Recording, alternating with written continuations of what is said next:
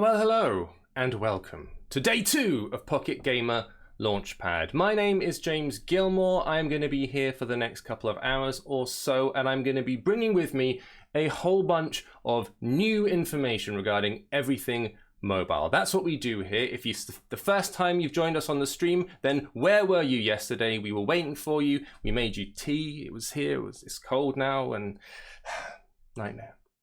But we're glad you're here now if you did make it. We are a mobile site. We cover everything remotely related to handheld gaming. As the title implies, if it fits in your pocket, then technically it is a mobile game. We cover it. It's your Android, it's your iOS, it's your Switch. You need quite a big pocket, but it can be done. And we've been doing it since pretty much the beginning of the entire mobile industry. We mentioned it on the show yesterday, but remember Java, remember Snake and all that lot? Yes, we were there for that, and we've been covering it all the way through iOS and Androids and the appearance of the iPhone, and now there's metal chips and there's Unreal Engine 4, and it's all gotten quite fancy and impressive. So we love to see you there in the chat. Everybody say hello to each other because they're a nice, warm and welcoming community. We only started it yesterday, really, but there were more of you than we expected, so we were delighted to see you here. Yesterday, I was joined by a co-host, Rick Cowley. He did his service, he did his time, he had fun, or at least he pretended to. And now I am joined by a brand new partner in crime. Please, everybody, give a very warm welcome to Danielle Partis. Hello, Danielle. Hello. How are you doing today? I am very well, thank you, James. How are you? I'm all right. I'm recovering after yesterday because it was a first time, and we were all a bit like, is everything just going to fall apart? Is all the sellotape going to come off? And indeed, it didn't. It was okay. It went well. Together. Great show. Oh, no, thank you. I appreciate it. See, look, this is why we get new hosts on, so they can compliment us on the performance from the previous day. It is all going to be a little bit kind of fun and casual. We don't want things to be too slick. We said it yesterday. We try and make it, work. But we like to say, it's supposed to be fun. It's games, for crying out loud. I get a little bit sick personally of the whole people coming out with blazers and reading off an auto cue and looking very serious when it comes to games announcements. And there's no danger of that happening here. We're just going to sort of sketch around the place and all that business. For people who aren't aware, Danielle, what is it that you do within the whole Pocket Gamer universe? Well, I used to write a few reviews for Pocket Gamer, but since then I have moved over to be the editor of InfluencerUpdate.biz, which is our influencer marketing site. And I'm not allowed to really say anything, but I am working on a new project from Steel Media. It's all a bit up in the air, a bit mysterious, and I'll be the leader of that. I'm going to say leader because it's ambiguous. So like that's that. In a nutshell what I do. Bit of influence marketing. The commandant. You're going to be chief executive officer of whatever this thing is. Well, You're perfectly placed for this then, because you, as part of Influencer Update, you covered precisely that. So YouTubers and presumably Twitch streamers and all that. You've been tapped into this whole Twitch world for ages now, right? Yeah, a few years, all within my remit. Basically a professional. That's how we all describe ourselves. That's my business card. It's just basically good at this. And then an email that probably doesn't work. But we've got a whole bunch of stuff coming at you over the next 2 hours. We should also point out that there is still another show to come. We're going to be back again tomorrow at exactly the same time. And we're going to be chatting about even more games. A lot of people were here yesterday. There was a debut of a trailer for a game people were pretty excited about, which was Catalyst Black. If you are at all interested in that game, then maybe tune in tomorrow, because we're going to be doing something kind of special, which may give you, let's say, access in an early capacity. Make from that what you will. But tune in and we'll be able to perhaps hook you up with something, bit of a competition on the horizon. But we won't say too much more. Most important thing, of course, is the games. That's why you guys are here. That's why we're here. So we're going to get things rolling with our first little exclusive.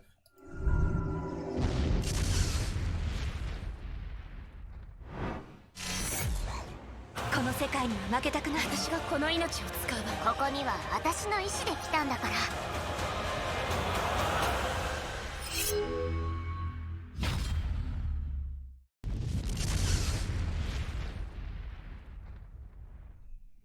Sword Art Online then. Let me throw up a little bit of video here. Look at that. Look at them. They're waving around in that crazy anime fashion that they do.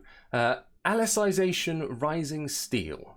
So this is something that I've been learning about over the past 2 days because this isn't an anime that I watch. How much of an anime person are you, Danielle? Do you dabble at all?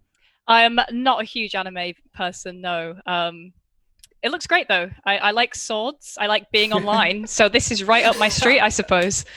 That's it. That's the Venn diagram crossing over right there. Yeah. So I did catch up on a little bit of what it's all about. But yes, we're talking about something where it almost feels a little bit Matrixy, where they're plugged into a virtual world and they have to try and stay alive there, but also in the real world as well. There are new episodes airing. It's entering its third season at the moment.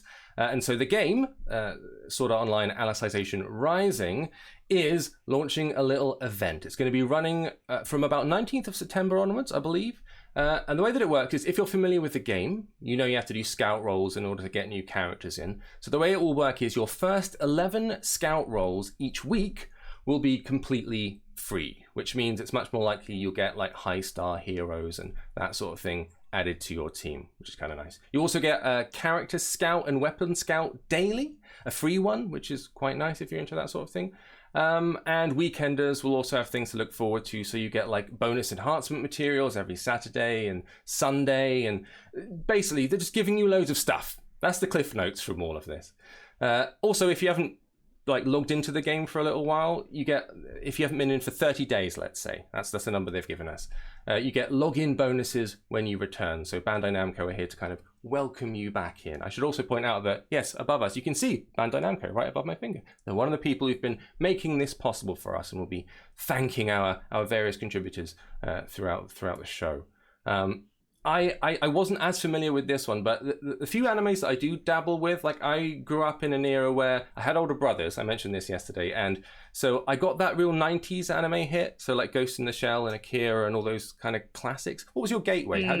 What was the first anime that you saw and went, I used to read the Death Note mangas as a kid, so that was sort of my gateway in, and I remember Akira coming out, and it was a great movie, but I never really thought of it as I want to watch lots of manga, or lots of anime now, off the back of it. So it was never really a road that I went down, but everything that I've seen, I've enjoyed. So maybe it's something I need to explore more. Yeah, it's tricky with the series because there's a lot of them and they can take a while to get into. And in some cases, there's just so much of it that it's almost like, where do I start with this? This is nuts. But as far as the game is concerned, if you're into the JRPGs, hero collector kind of games, then Sword Art Online Alicization Rising might be a thing that you would be interested in. You can get the game for free. It's on iOS and it's on Android. And we've got all the information, as with everything we talk about today, will be over on pocketgamer.com. We've got articles for every single story we're talking about. And we'll have links to other options, and for example, links to the games themselves. I'll have links to competitions if we mention them. It'll all be there over on pg.com, plus the videos over on Pocket Gamer's YouTube channel as well. So you can find links to the official website for Sword Art Online Alicization Rising Steel, and you can visit the website. Also, Twitter, Facebook, all that business if you want to. But if the TLDR, that's what I'm looking for. We had too many acronyms yesterday, Danielle, and they broke my mouth. TLDR is free stuff, lots of stuff, starting September 19th. Go and get involved if you think you're into it. Now, let's get a bit Pong.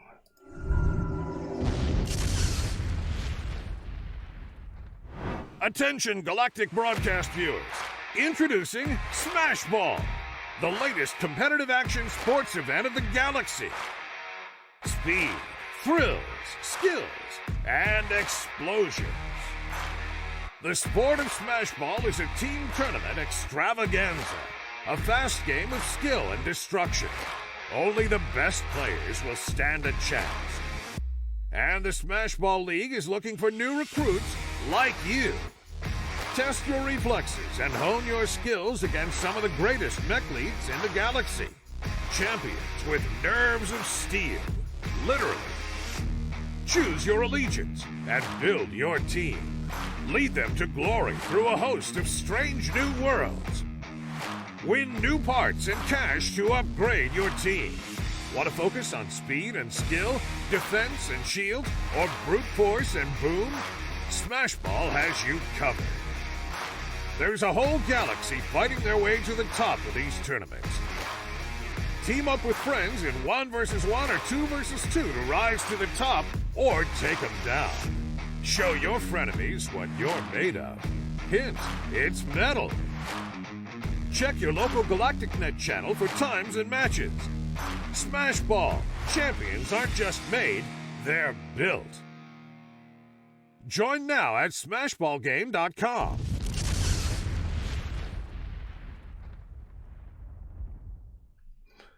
That's more like it. Massive robots. We all like massive robots, don't you? You've got one sitting around the place somewhere, haven't you? A big robot. I do. Don't out me. I have a transformer sat on my desk. Share with the nice people your transformer. Come big on. fan of big robots. So yeah, this is more up my street. Now we're talking. Fantastic. Love to see it. So Smash Ball. This is a game that is coming to iOS, Android, and consoles and PC as well sometime later this year. As you probably gathered from what we showed you there, it's got a little bit of a Pong flavor, albeit with a lot of extremely flashy neon robotic stuff kind of thrown on top of it. The idea is we've got 1v1 or 2v2 matches, and you are battering these balls up and down the field and then trying to smash them into other robots, which is it's a tale as old as time, Danielle. It is. It's got a little bit of a Rocket League vibe, which I'm big into. Yeah, that's true. Big robot vibe. We like that very much. And apparently it's not just about kind of scoring goals in order to get points, because clearly if you can smash the ball past your opponent, then you get the goal. But apparently if you manage to destroy the opponent, which is, let's be honest, I mean, that's base one, isn't it? That's of course, destroy the opponents. Why else am I here? Then you can get points for doing that as well. And you get like a bunch of power-ups appear through the match. You get missiles, flamethrowers, mines, and a whole bunch of other destructive things too. It looks kind of frantic. I really like the big mech action. I've been super into the idea of trying to get a mech game. I don't know. They're either very involved. They either take the Super Simi vibe where you're inside the mech and you have to control every aspect of it. I think it was called, was it Armored Core? Yes. The Dark Souls folks from Software did a big mech game before they made it, big with that. And that was quite grey and involved and grimy. This isn't that.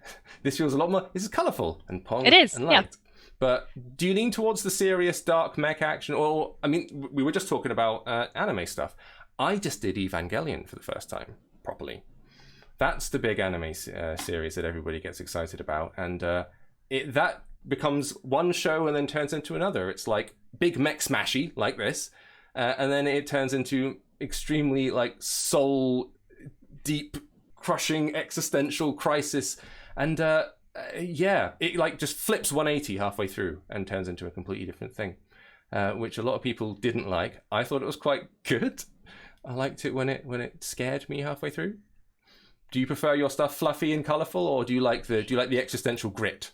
Yeah, you know what I do? I like my games to just be colours and shapes and robots and happy times. The real escapism, I don't want to feel sad about the robots. That's not what I need. Don't want to feel feelings. That would be dreadful. So yeah, you get to pick your different mech athletes or mechthletes. I think they're calling them mechthletes, I'll let it slide.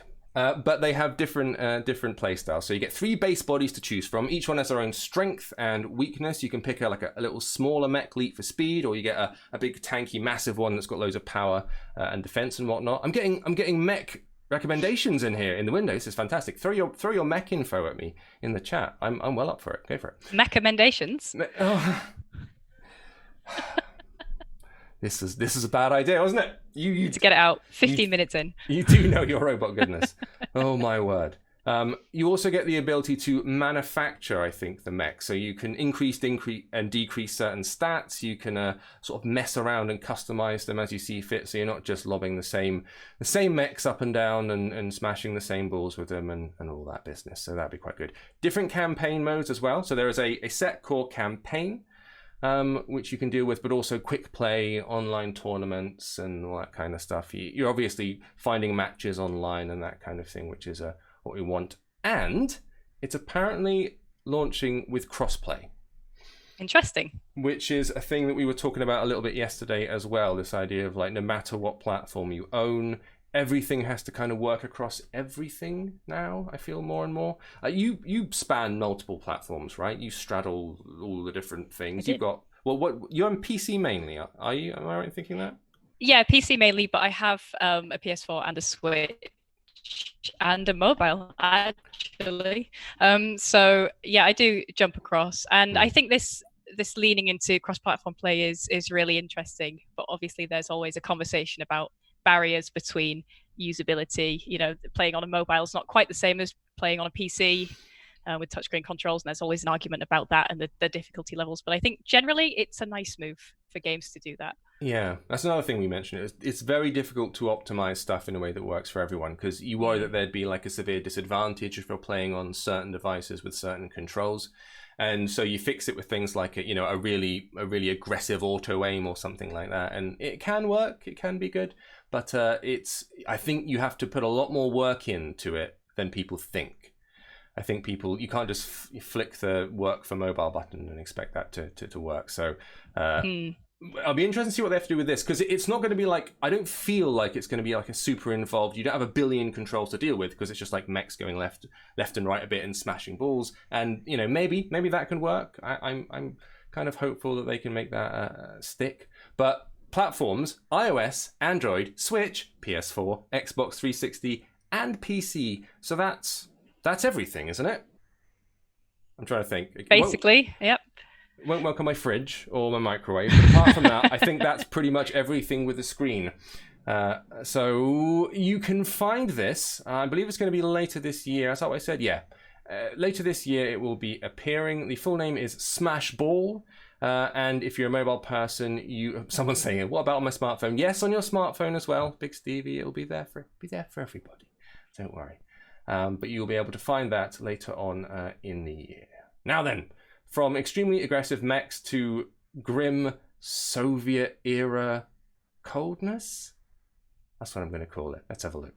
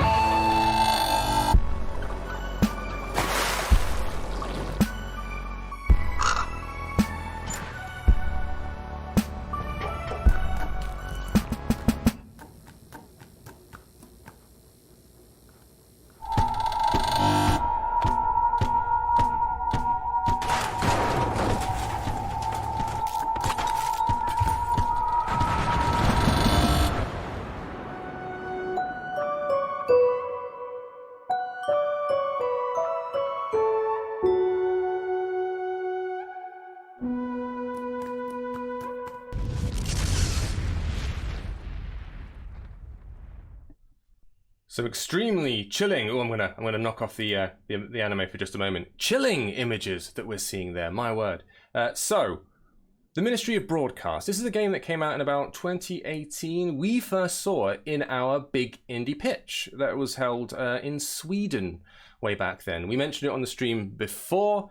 But we do these big indie pitch competitions, which is run by Sophia Drake, who's been with us for ages, and it is a gathering of indies in the local areas. We hold it all over the world, and it's a way for people who maybe don't have a huge team or a huge budget to get their game in front of games journalists and other big game designers and whatnot. And then they do a little kind of judging competition where we choose winners. So it's kind of like speed dating, I guess, or an X Factor or something like that. But only it's good.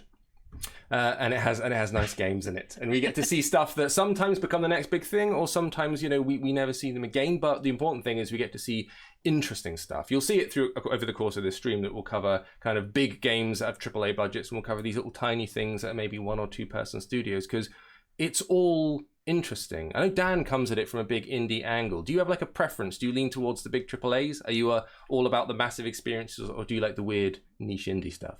I'm following more and more of the weird niche indie stuff now, because I think largely you know what to expect from the AAA churn at this point, and it indeed just gives people the opportunity to explore different themes and ideas that that are weird, and I like that. Weird is good, but I know what you mean. Exactly. The thing with the AAA stuff is, whilst there's a lot of stuff I've really enjoyed and I continue to enjoy, it can sometimes feel a bit safe. And yeah. They've got an idea of like at some point they made a game and it made a load of money and they went right, brilliant. Nobody move. Everyone take a photo of that game. Do this from now on. This is the game that we make. This is the open world exploratory game where you have to climb towers and look at the area and then you have to collect 30 feathers and we make that game from now on. That's all we do. Yeah, and they're so long now. And in the time that I play one AAA game with 100 hours of content, I could have played 10 really good, nice indie games. So it's just nice to have a break, isn't it? And play something a bit different. Yes, so Ratikasg in the chat here saying indies always deliver some great experiences. I think what it means is that they can do something interesting and weird, and they haven't got an army of people there saying no, or focus testing it, or focus grouping it. And again, this isn't that AAA is bad, there's some great stuff out there, but it lends itself to a different kind of game. So when you're looking at oddities and weird experiences, you get to do stuff like this. So this, the Ministry of Broadcast, this is actually me playing it. So we unfortunately don't have an iOS build for this yet, but it will be coming to mobile. That's why we're covering it. But I was able to get hold of a version of it and start playing. And so this is me playing earlier and working my way through. And it's such a weird fusion of things. So it's got the visual look of a like, I guess you'd call it a 16-bit, but it's even more lo-fi than that, I suppose. But it's a 16-bit look.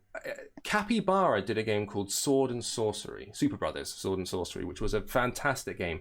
And that's the art style it reminded me of. It also has elements of those really old games from the 90s, like, I don't know if you knew the LucasArts games like Monkey Island.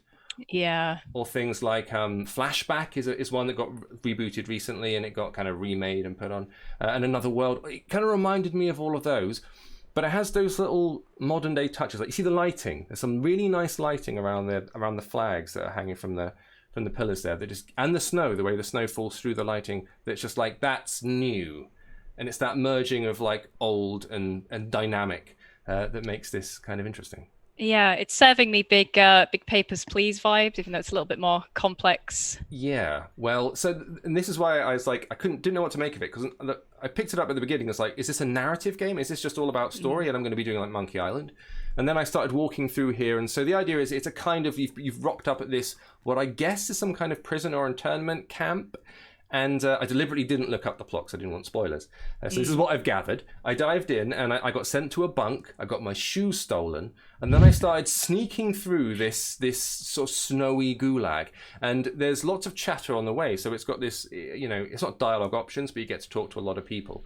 And it's got a very dry sense of humor. I'm seeing people mention things like Not Tonight as well in the chat. And yes, I know what you mean by that. It is a slightly sardonic, satirical look at the sort of Soviet bloc or the Soviet propaganda thing. Everything, when you die, for example, it kind of fizzles out like it's a camera, and then you have to come back on. And it's all, you can see like cameras blinking away everywhere, and it's doing that surveillance state thing.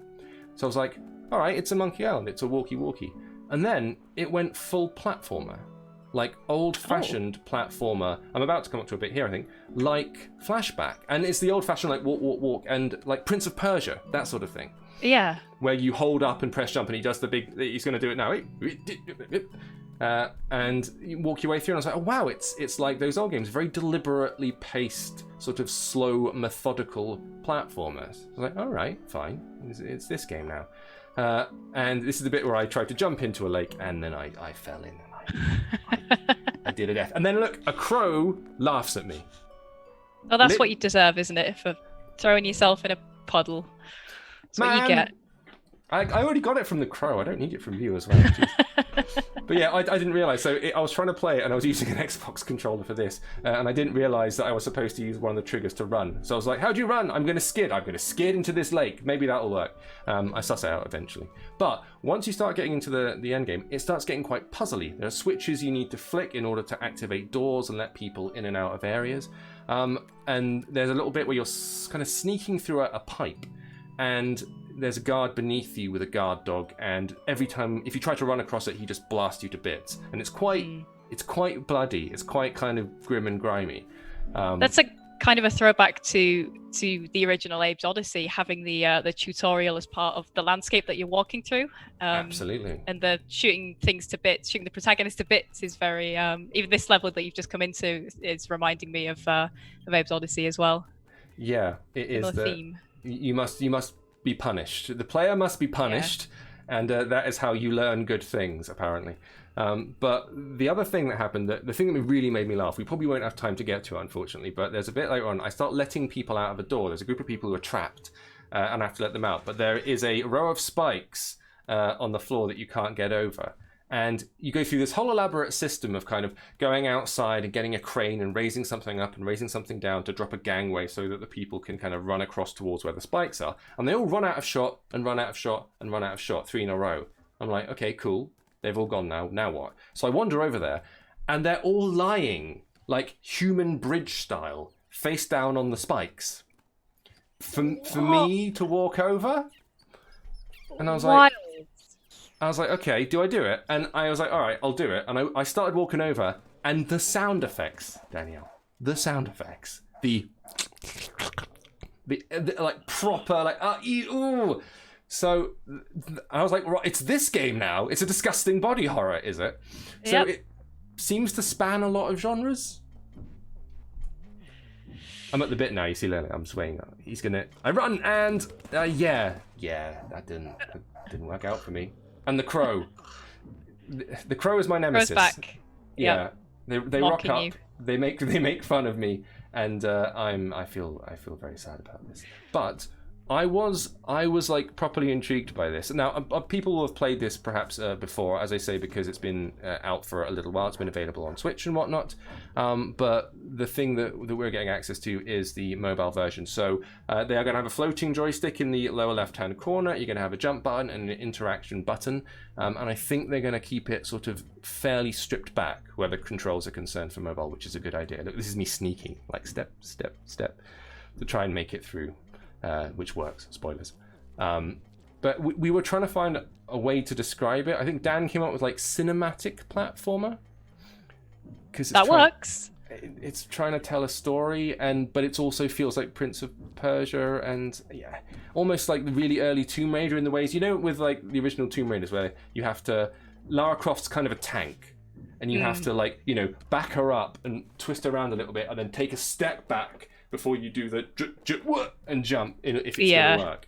Yeah. It's very deliberate and kind of like clunky. But there is a kind of charm to those games where it's like you can't just, run, jump, and the jump just works or it auto-corrects for you. It makes you work for it. See them spikes? Those are the spikes, Daniel. Spikes on the right there. The organ spikes. That's going to be covered in gore in not too long. So I was quite taken by this. It's got the right mixture of like weirdness, sardonic sense of humor, and also I think the slow pace and the deliberate nature of it might make it work a bit better on mobile. The things that can translate poorly sometimes when it comes to mobile, I think, it's when the game is really, really precise and fast. Things are incredibly fast, where like a tiny movement of a joystick will cause someone to across the screen, which is great if you're playing on a joypad, but maybe not ideal when you're using touchscreen. So these sort of methodical ones, I feel like translate a little bit better. How do you handle like touchscreen controls? Are you comfortable with them at this point, or do you still take some getting used to? It's still a little bit irritating. I generally play more clicky one movement games, but this looks good in a way that it's a little bit intuitive, where there's a lot of moving around, but it's not too much. It's very simple: run, jump, leap. Very like you said, methodical movements where you don't have to flail a joystick around to get the right thing. You just have to maybe time it right, or just think about what you're doing a little bit. Someone in the chat here, Nero Vingian 40 lab coats. Now that's grim foreshadowing. Yes. Yes, you picked up on that. It certainly is. Well, this is a game that's going to be coming to the App Store later this year. Apparently September is the date that they are aiming for. So if you are interested in getting your hands on Ministry of Broadcast, then it'll be rocking up there a little bit later. I'm going to stop just before the bloody bit. I'm sorry, it's a real tease, but we have to move on. We've things we need to do. So let us move away from the grim Soviet nightmare and let's get a bit colourful and a bit excited, a bit loud, and a bit bold.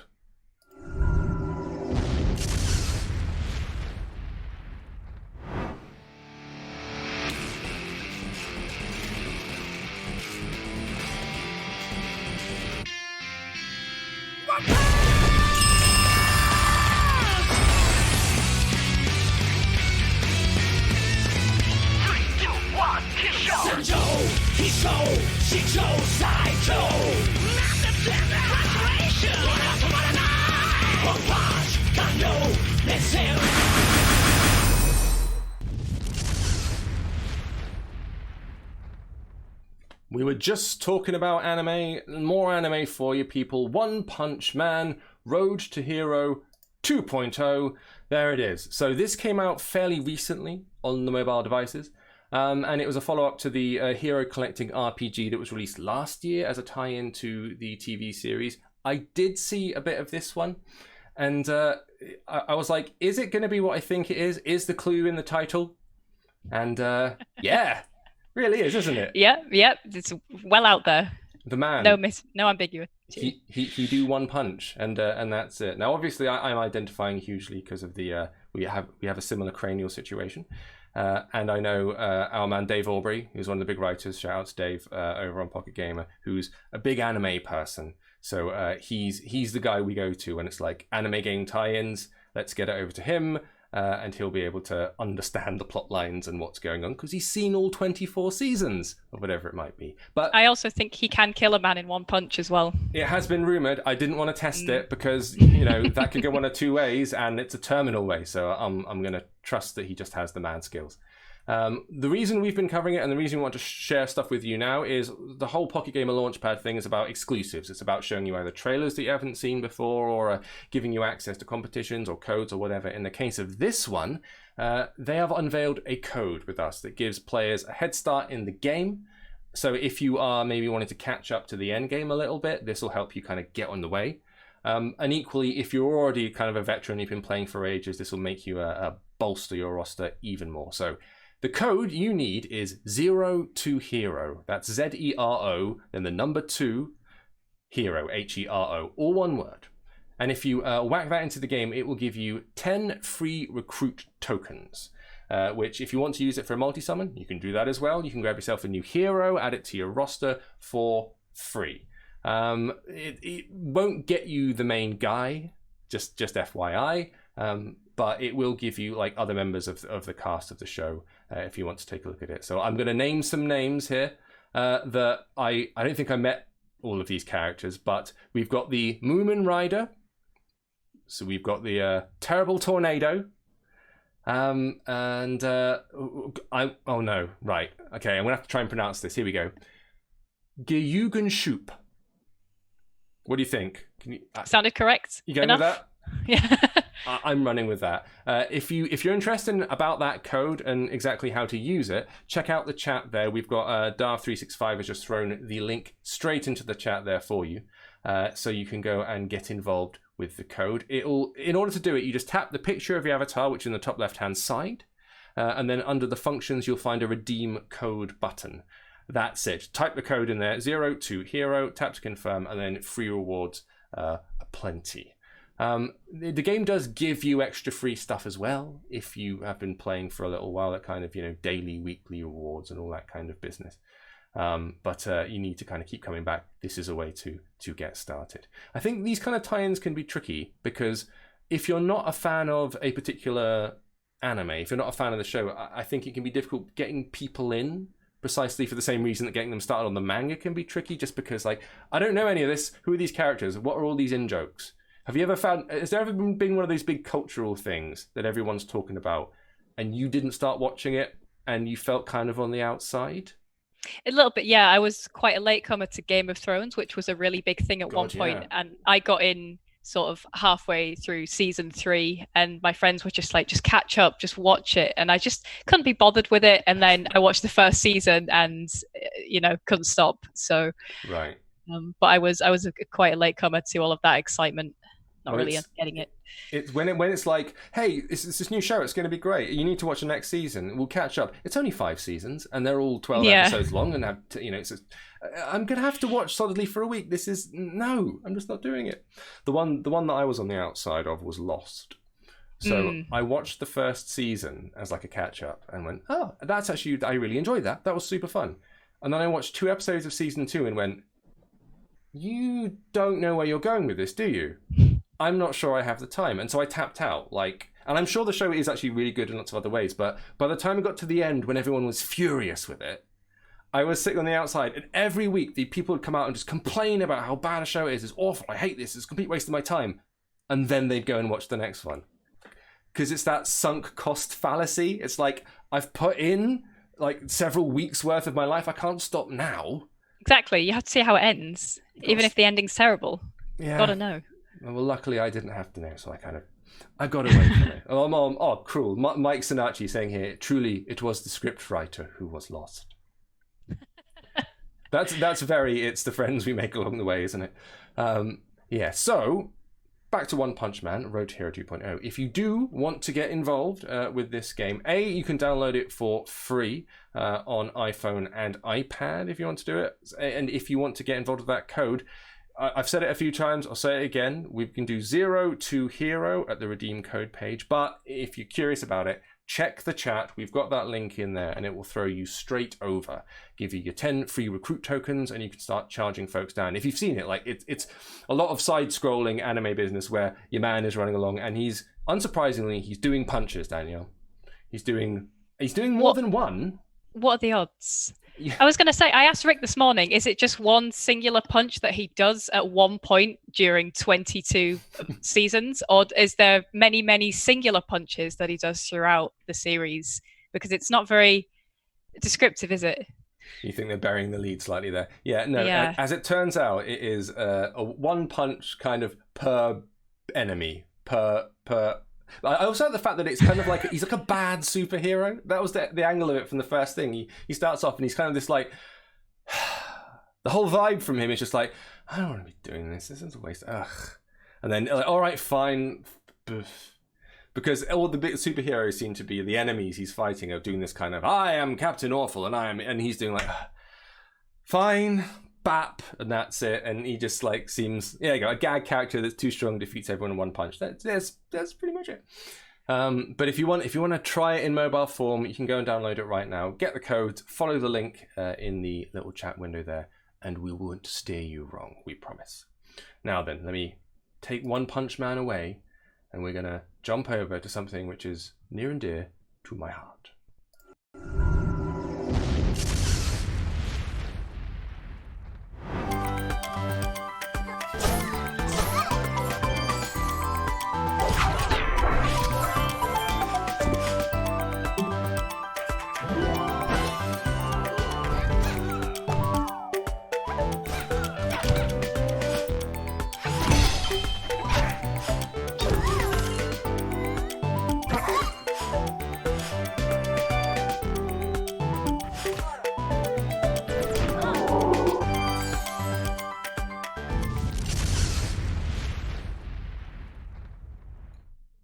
Right then, what do we say to a little bit of RPG Peggle?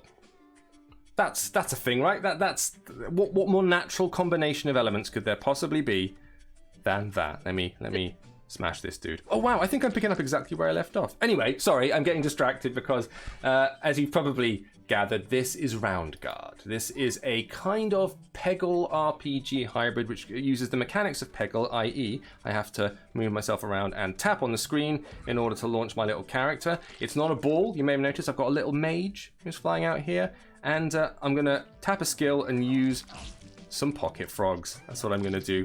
Look, frogs are flying out of me, and they're bouncing off of things like frogs would do, and I'm hitting skeletons and the bottom. This is something that we covered way back on the site. It came out on Apple Arcade not too long ago, and I was really, really taken with it. First of all, how do you feel about Peggle? Are you into kind of these sort of puzzlers? Yeah, I played a bunch of Peggle in my youth. And when you think about it, at the dawn of time, there was just 2 game genres, and they were RPGs and Peggle. So is the Ooh. The elite combination of both. And yeah, it's a pretty looking game. It is. It's really nice. That's so I'm good. gonna. Oh, am I gonna equip it? I will. I'll equip it over here to the second skill slot. So the way that it works is rather than it just being sort of standard Peggle where you launch the balls around, you have a character, and the character has different abilities. So you do have like a rogue character and a mage character and warrior character. And as you see here, there is a map screen, and you work your way through a series of rooms, like a dungeon crawling kind of thing. And occasionally you encounter massive bosses. You'll be able to see over on the left-hand side here. I have health. I have this blue thing, which is effectively mana. And every time I use one of my skills, either the frogs or I now have a bubble spray, which is super useful, that drains my mana. These little red vials here that I smash into, that's health. So I've just grabbed some health, which is lovely. And the blue ones give me additional mana too. If I hit that bubble, I'm able to bubble my enemies nearby. When the bubble pops, they lose a little bit of health. But ideally, I entrap them in a bubble like this. I'll do it now. Trap! And then I'll smash into them as well. Go on. Pocket frogs. That didn't work. Pocket frogs! That almost worked. Yes, yes, yes, yes! I hit him. See how it's gone red? Minus 15 damage there. So it's once the ball is in motion, the ball being my little character, you've got all these additional things that you can do as well, these additional powers, beyond just the sit back and watch it bounce around, which is quite nice. I know that some of these games are really popular in certain places, like Pachinko is that massive thing. Over in the East. I know that Konami makes a lot of pachinko games, almost. I think they make more money probably than they do making video games at this point out of pachinko. But I know obviously these kind of things have a massive following, and they're the perfect little like time wasting. I've got maybe 5 minutes to do something. I'll just a couple of rounds of this. That'll be fun. Yeah, these are more the games that I play. These very easy to pick up, but you know, there's a lot of content. And you can just pick it up if you're doing something or you're on the bus or going somewhere. It is the short play times, and that's the kind of thing that we're after. So it can be like now I'm not gonna use the bubble this time because I'm draining all my mana. I'm just gonna fire straight at them, and you see that they took damage, but also I took damage as well. So that's why they encourage you to use different skills. You get projectiles and stuff. Technically, the frog is a projectile, I think, but also you wind up being able to do. There's one skill for the mage where they have like an electricity blast where you can kind of electrify these two, almost like strings of spider's web that kind of moving up and down either side of the screen, and anything in its path. It's like you're attached to these bungee cords, and you can electrify the bungee cord, and so you wait for it to kind of pass through one of the enemies and then frazzle them. That's a nice touch. That's smart, yeah. It is. Right, I need to get this little ratico. Come on, I'm going to just... Will it bounce off? Yes, yes, yes! Oh, it went slow-mo, but it faked me out. It was close, but not close enough. That's annoying. Right, I'm going to have to clear this block. Or I could go for a ricochet. Let me try ricocheting off of this. About there. Go on, go on, go on. Oh, you're joking! Nanomillimeters. The precision. I'm gonna. It's an e-sport, basically, James. I was trying to be like, I'm gonna try and be clever and like do ricochets, but I'm gonna have to just like smash the one directly in front of it now. I keep getting that. You see that scarab, that little emerald that's flying backwards and forwards everywhere. That's something that kind of gives you additional points and powers and bits and pieces. So that gets reset. Here we go. Here we go. That's the ricochet I was looking for. I've knocked the rat out. You'd love to see it. The good music plays. This is one of those things where, like a Final Fantasy battle theme, the victory music is really euphoric and gets lodged in your head, and I find myself bopping. Oh, I've got wizard's robes! Respectable, elegant, 100% Egyptian cotton nightgown. I'm taking it, I'm equipping it. You can choose to equip these items that you get. You can also drop them for cash and then spend stuff later on. And then these two portals at the bottom here, you can choose your direction. You can choose whether you want to take this route through the dungeon or that one. That one's got the treasury bits. I'm going to fly through there. And treasure, nice little segue there, is actually the theme of the new update. So the reason we're talking about Roundguard specifically, we've got the Treasure Hunter update, which is out, I believe, today. Right now is the release date of it. So you get daily challenges, you get unlockable rewards, which is kind of nice for us because if you've been playing it for a little while, like I know Dan's been playing it for ages, Dan who puts together all the LaunchPad stuff, you know, it's nice to have something a little bit fresh in order to get involved. You also get little modifiers as well. So you're talking about like there's a zero gravity one. So instead of pocket frogs or bubbles, there's an option for zero gravity. You can try and defeat the room in 2 turns or die. which, I mean, I would have been dead long ago, I think. I'm going to get this little question mark one here. Bosh. I can get the treasure chest here but the problem is once my little character falls to the bottom of the screen, then it's kind of treasure room over. So it's in your interest to try and hit as much as you possibly can before you hit the bottom. What's the name of this game? The gameplay is similar to Peggle. It is, and that's very much what it's all about. So if you didn't catch it earlier, Round Guard is the name of it, all one word. And this is an Apple Arcade game. Ooh, Coat of Immunity. Now this is where the RPG bit comes in. So health boost is 75, but my current robes are plus 90, so not so good. But immune to mana burn. So I get a status effect buff. I'm going to equip it because I like the color. That's how I choose to play these RPGs. This is something that I know from Monster Hunter, where it's like, yes, technically this armor isn't the right armor to fight this creature, but it looks so damn good. I'm going to do it anyway. Do you prioritize aesthetics, or is it all about the stats for you? I do. I'm terrible in RPG games with finding a cool outfit and keeping it for 27 levels because I just want to look cool, because that's what it's about, isn't it? Pretty much. I'm not sure how cool you can really look playing something like this, but yes, certainly when it comes to the RPGs, that's what I'm here for. See, we're all statted up here. We're doing okay at the moment, but now we've got these jelly block things, which kind of slow you down, sludge you up, and then stop you getting through to the enemies you're trying to get to. Plus, they take some hits off you as well, I think. But I'm trying to get to this guy at the bottom. You see this? I don't know if I can zoom in. I don't think I can. But there's this guy right at the very bottom, and I'm going to have to try and smash through him. I'm going to wait for them to pass, and now. Hey, that's the mana burn that I'm immune to. I think I equipped the right thing, Danielle. It was both fashionable and practical. What are the odds? That never double. happens in RPGs. No, it doesn't. I surprisingly got quite close to him that time. Right, okay, I busted a slot through here. Quick. I'm immune to these sludge monsters. The mana burn doesn't hurt me. Take it. This is perfect. This is almost as if I planned it. Let's say I planned it. That's almost certainly what happened. Go on, get through. Ooh. Obviously, it's if you can do what I did just there, which is land on the little. I guess it looks like a massive mattress, the fluffy bed thing at the bottom. Whatever it is, you can land on that. Obviously, you save yourself losing hit points every time, which is kind of nice. I have to. I'm waiting because even though I'm not affected by it, they slow me down, and I don't know if I move left and right with them. I don't want to change my aim. Here we go. We finally got it. I was going to wait for these sludge monsters to pass, and then this is my guy. He may take a hit or two, but I'm going to bubble him. Bubbled. Yeah. Double bubbled. Nice. He explodes. Minus 10. We're doing okay. We've got plenty of power here, and I'm just going to go straight in. Go. Another bubble.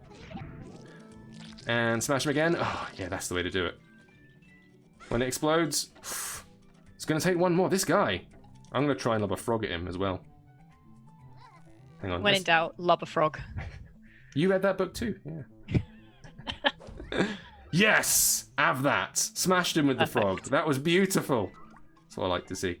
Now, you could obviously play this in a much more fast-paced way, and you just smash everything off everything else, and that's all you need to worry about. But I'm trying to be sensible and do it in a tactical way. Because when you start mentioning RPGs, I start thinking ahead. One more shot. Come on.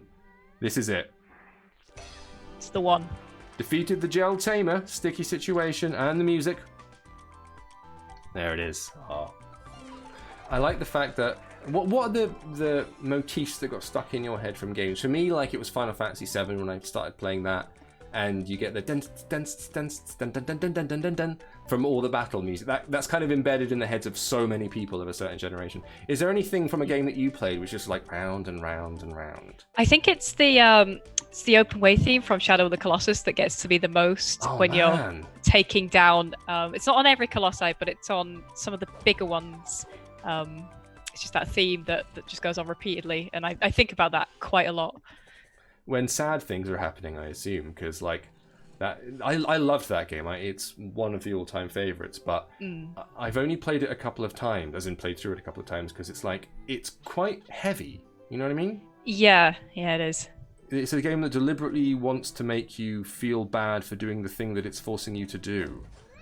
I replay it quite a lot, actually. Really? Because it's a very easily digestible game because I've played it so much, and it takes 9 or 10 hours to get through, so it's just a nice thing to come back to, and it's very familiar. But yeah, you're right in that it does just make you kill things for really selfish reasons, and you know the colossi aren't bad, they're just kind of vibing in their homes, and you're just going in and smashing them up.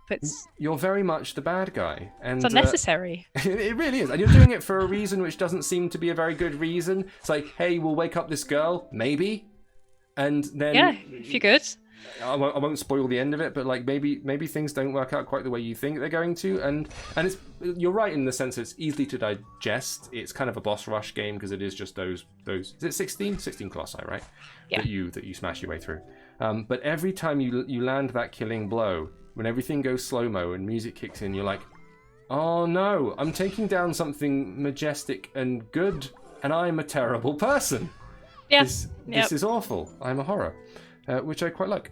That is entirely my jam. So I'll show you some other RPG-ish things here. We've got a bunch more enemies this time. So we've got this big kind of ogre-ish looking guy with a pitchfork over on the right-hand side here. We've also got these other little beasties. Now, if you press the beasties on the right side, they show you what level they are, what hit points they've got, and all that business. But you can also see what stats they have and things like that. So it's a way of getting the information early. I'm firing that frog out and trying to ricochet off it. It didn't work quite the way I wanted it to. I'm gonna have to get some health now. I'm starting to run low on health, so I need to. If I can get off the side of this guy. No, wait.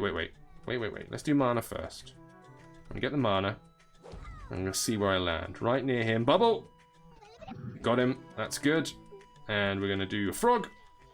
Oh, almost got the little goblin guy, but landed on the mattress. Yeah. The thing with these, it's a mixture of like skill and placement, but there is also that chaos. The thing with Peggle is, yes, it's a game of angles, but there's no way you can predict every single one of the, sometimes 50 bounces that happen. So at some point, there is an element of luck in there where you just kind of go, and it's a crapshoot. But that they get the balance right. It is that lovely mixture of the two things that makes it compelling, where even the best laid plans can leave you completely boned. And equally, you can think that you've completely messed it up and then put out the bag at the last minute by a lovely kind of like act of fate and fortune. And you're like, oh yes. And it gives you them highs and them lows, which is what I'm looking for. Right. Let's get this all. I mean, he's got a bit of a Baby Yoda vibe, this goblin. Yeah, he does. I don't feel bad about killing him though. I've made my peace with it. I've killed Colossi, so this is nothing. Oh, hello. Lightning Rod. Hey, maybe that's that thing I was talking about for shocking the enemy. Yes, I've had this before. The other thing I should mention about the game is it's a roguelike. So every time you do these runs, you push your way through all the dungeons, you get to bosses. There are like halfway point bosses and big bosses at the end. And then you carry on, you get to a next level. But then when you die, you are back to the top again. But all the dungeons are rearranged. It's not the same thing you encounter twice, but the structure remains the same. So I've got to the point now where I can spin my wheel and get some stuff. It's quite nice. But I was really pleased. I think this was near the beginning of the Apple Arcade stuff. Not the very beginning, but it was near the top of all of those. And it was one of the ones that I really warmed to, because perhaps because on paper I was like, all right, fine, whatever. But then played it and went, no, this is quite good. So as part of the relics that you can get, you get 4 new relics as part of this treasure hunter update. You earn them by getting high scores in the normal play mode. So if you wanna basically do better than me, then you might wind up with something quite tasty. And there's apparently something they've added which is targeted at experienced players. They're called seeds. And they give you exactly the same dungeon every time. So this puts me in mind of something they did in the early versions of, Worms. So back in the very, very early versions of Worms, the way that you generated levels was by typing in like maybe 8 or 10 characters, and that would generate a level. And so you could type in random, anything you want, but also you could just start typing in words, and it would generate a level based on that word. And then if you told your mate, like, oh, check this one out, just type in whatever, and they did it, it would replicate the same thing. So it's kind of a neat way of sharing stuff without having to kind of port save files over or cloud shares or something like that. And I think this seems to be doing a similar sort of thing. So the seeds will be the term for it, excuse me. And there is an additional enemy. So they're adding the Mimic to it, which is a chest that might in fact be a terrible monster beastie, which makes me think of another game. That does put me in mind of a certain other game that likes to do chests with big teeth and tongues that jump out at you. But, you know, no one owns the violent chest thing. Everyone can have a violent chest. That's one of my many mottos, I think. Let's bubble him. Oh, too early. Frog. Ooh, shocked. I shocked him with the frog. Oh no, it's this person over here. It's this dude. The lassie over the side there. She's a magi. She's got white hair and she's electrocuting my frog. Frogs are a recurring theme in this stream. We have too many of them. Look, I'm going to have to leave it here because we do have to talk about other things, regretfully, but I want to have a go. Do go and have a look around Guard. Before any of this Launchpad stuff happened, I was playing it. I liked it. It's a good time. Apple Arcade is where you get hold of it, and you can check out the new update as well. Now then, let's move on to something. We'll stick with the animal theme. We're talking about frogs. Let's talk about cats.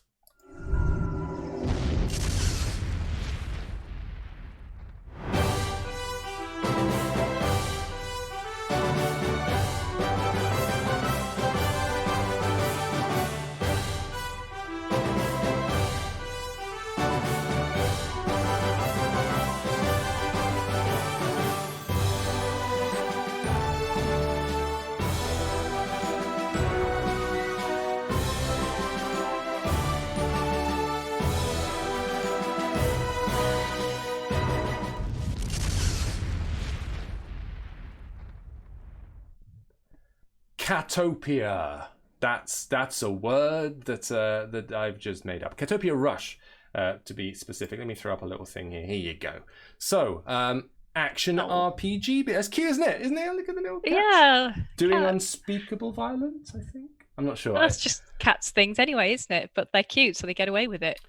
Yes, well, I mentioned yesterday. I don't know if I did actually that we came from I grew up in a cat family. We had cats. My mum was a cat person, so I think peak was five cats in the house at once. So many cats. That is. Some would say too many. But I intend to get one later in life when I have space. But I'm a big fan of them. It's the nonchalance that I approve of. If you have to, for me, on the cat dog divide, the eternal struggle between the two. I'm a cat person because I feel like dogs are for people who maybe like, I don't know. I don't want to ask now which side you fall on, but there's something about dogs where it's like they're so needy they'll love you no matter what. Whereas with a cat, I feel like you have to earn it. You know? Very true. Yeah. When a cat sits on you, I kind of feel honoured. I've been chosen. And then they spend 10 minutes on you and they go, right, I got stuff on, and then they just bugger off. And I've got a lot of respect for that. Whereas the dog is just kind of going, but food now? You get food now? And I don't know. There's something not there behind the eyes. Anyway, cutesy adventure RPG Catopia. That's what this is talking about. So Catopia Rush is something that's kind of moved on from Catopia itself. A cute dungeon crawler. This is something that Dan has been playing a bunch of. It is hang on, he got soft launch on the 16th of September, and it's due to come out in late October. I think that's where it's going to be, so we are getting the exclusive look at this, and he's described it as like almost an inverted twin stick shooter. So the idea is to with twin stick shooters you kind of need to keep moving constantly all the time. You're dancing around the screen, avoiding enemies, firing your own projectiles and everything like that. This one, it exists in the moments between movements. So your team attacks, and while you're sort of midway through or finishing movements, that's when your team starts laying in. So it's about stopping and letting your team go mental rather than you zipping around like a crazy person. He also compared it to things like the Minion command games, because you're basically sending out your little cat allies, cat army, I guess you would call them, and it gives it that slight Pikmin vibe, where you've got a little cluster and you're sending them to do your bidding. Undead Horde as well, that's another one that they mentioned. So you influence the unit's moves, but you're not controlling them directly. So it's kind of like, go there please, and they go, maybe. God, we were just talking about Shadow of the Colossus. Did you, I assume, play The Last Guardian? I did, yeah. That's a classic example of like, go over there, and he's like, sorry, what? Yep. I was just licking my foot. Can you repeat it? I wasn't paying attention. Sorry. That was a fun thing. But I quite like that where there's a little bit of elasticity in the commands with games where it's like they're doing their own thing. They'll get around to you in their own sweet time. And it sounds like this has got a bit of that going on. So yes, of course, cats are all over the place. You've got chef cats, toast cats, regal cats, so king cats, I suppose, and loads more to deal with. And they get unlocked. They can be leveled up. You have to pick your team right, and they're kind of dungeon based, so it is all nice big dungeon dives. And I'm kind of interested. I don't know. I like the art style particularly. That's the thing that I want. Very cute. It's very cute, and until we get our actual hands on it, we can only guess. But it'll be available for soft launch in September. On iOS and on Android. I don't know about the soft launch. I'm assuming maybe it'll be on both, but I know that certainly October is the planned release date for it. So that'll be on both mobile platforms, so Android and iOS. You'll be able to get hold of that sometime not too far from now. Catopia Rush, there we go.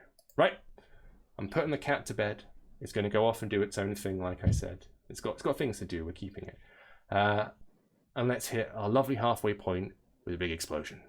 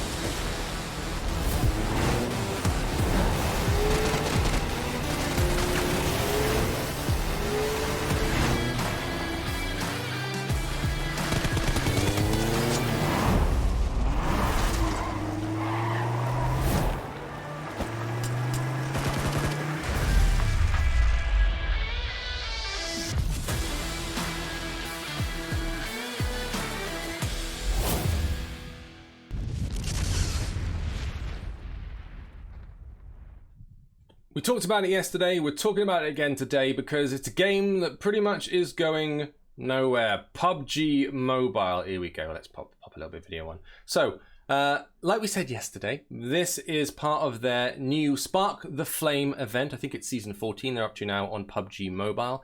And they are adding a whole bunch of stuff. We have got, most importantly, the Livik map, which the entire premise of which is to keep it nice and small. You can see the dude over there. I mentioned this in the stream yesterday. I promised you a new video today, and here we are. This is them describing the process they came up with it, which was they were playing the games, and obviously you're playing stuff on mobile. Maybe you get interrupted. Maybe you don't have all the time in the world.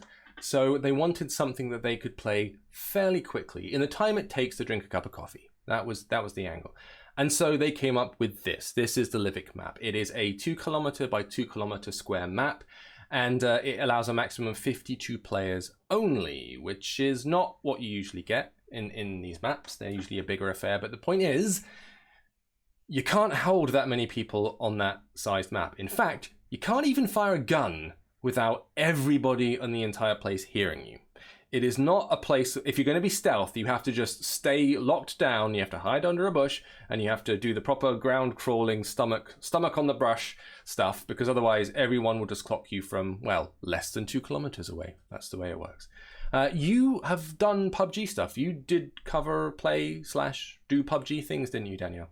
Yes, I started on PC with PUBG, and I played a little bit of the mobile launch when it came out, and I was actually very pleasantly surprised at how well a game as intricate as PUBG worked on a mobile device. It was quite refreshing to me that the difficulty curve was still there, but it wasn't unplayable on a touchscreen, which is nice. And I think this smaller map is good because, as you said, smaller games, shorter games, because you're on a phone and you're busy. It's you need that hot burst of action.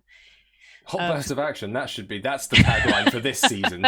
Spark the flame, baby. That's what I'm talking about. But I've got a lunch break, and obviously I'm hiding in the office cupboard, and someone's going to come in because they need to use the photocopier. I can't be having these big 100 player gaming sessions. I need something small. I need something nice and bite size, and that's what this is. So, and I was the same as you. Like, I was as ready as anybody to jump on this and be like, this doesn't work at all. This isn't going to work. Like, obviously, we are championing things at the moment. That's what the LaunchPad event is all about. We're not here to sort of slag off games. We're here because we actually like mobile games. That's why we do this. But saying that, we're not blind to the fact that some stuff just doesn't work on mobile, I don't think. And we talked about it yesterday as well. But I was ready for this to be like unplayable and a complete fiddly mess, and it was going to be dreadful. No, I enjoyed I played it. I played it more than once. I played it several times, and I got into the top thing. I got number 2 at one point, and then I won one, and then I got it. I was like, this is good fun. I'm having a nice time. They're going into quite a lot of good detail here, so you've probably seen something in the subtitles that we put up, but they are going for this sort of Scandinavian feel, so it's like snow-capped mountains, and it's outdoor, those kind of winter springs, which have an actual game buffing effect. If you go into the springs and sit inside them, then you start to see, like, maybe you'll start to heal a little bit better, and that's worth trying. I'm just saying, throwing it in there.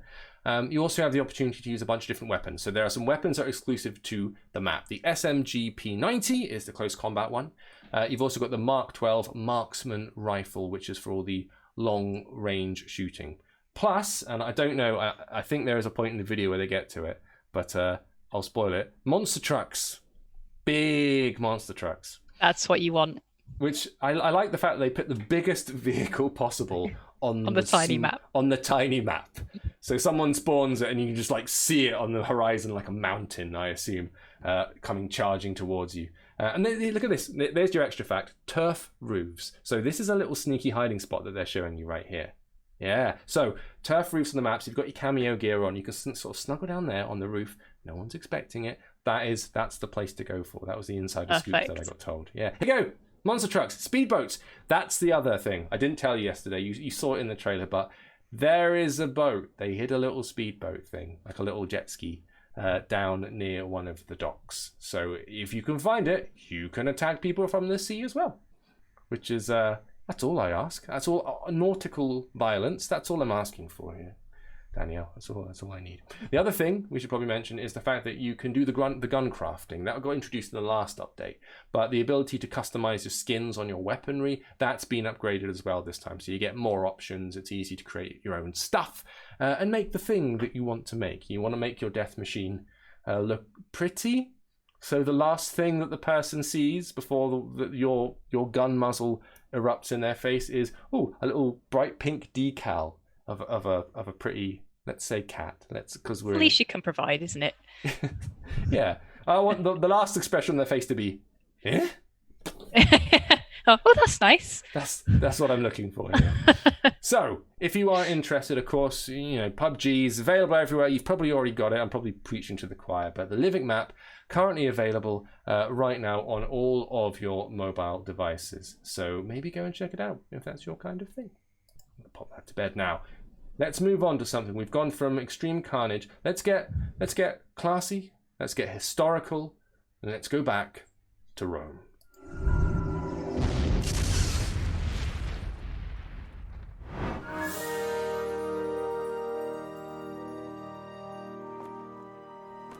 Roman's Age of Caesar is a co-op grand strategy MMO from a team of veteran city builder developers, Firefly Studios, best known for the Stronghold series.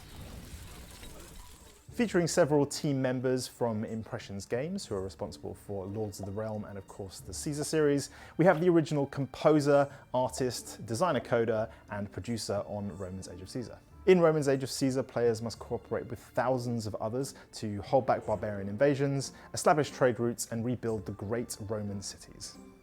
In their individual city, players can share knowledge, resources, and even legionnaires to hold back the tide of barbarian invasions, expand their district, and grow their city-state. When it comes to their individual district, players will have to customize their economy, planning out roads, services, and other structures to help their overall city-state as a whole. Once your city-state has been returned to its former glory, it will be time to reforge the Roman Empire. This means allying with your countrymen, trading with fellow Romans, and pushing back the barbarians to the brink of destruction. Finally, players will be tasked with bartering or backstabbing their way to the top of the Roman Senate. This means trading information, resources, and potentially having a few daggers dangling over you at several points in the process. Players will be able to experience classic city builder gameplay across the entire online continent as they rebuild the Republic, revive the Senate, and restore the Roman Empire to its former glory. Available next year on iOS and Android, players can sign up right now to the Romans Alpha by going over to playromans.com.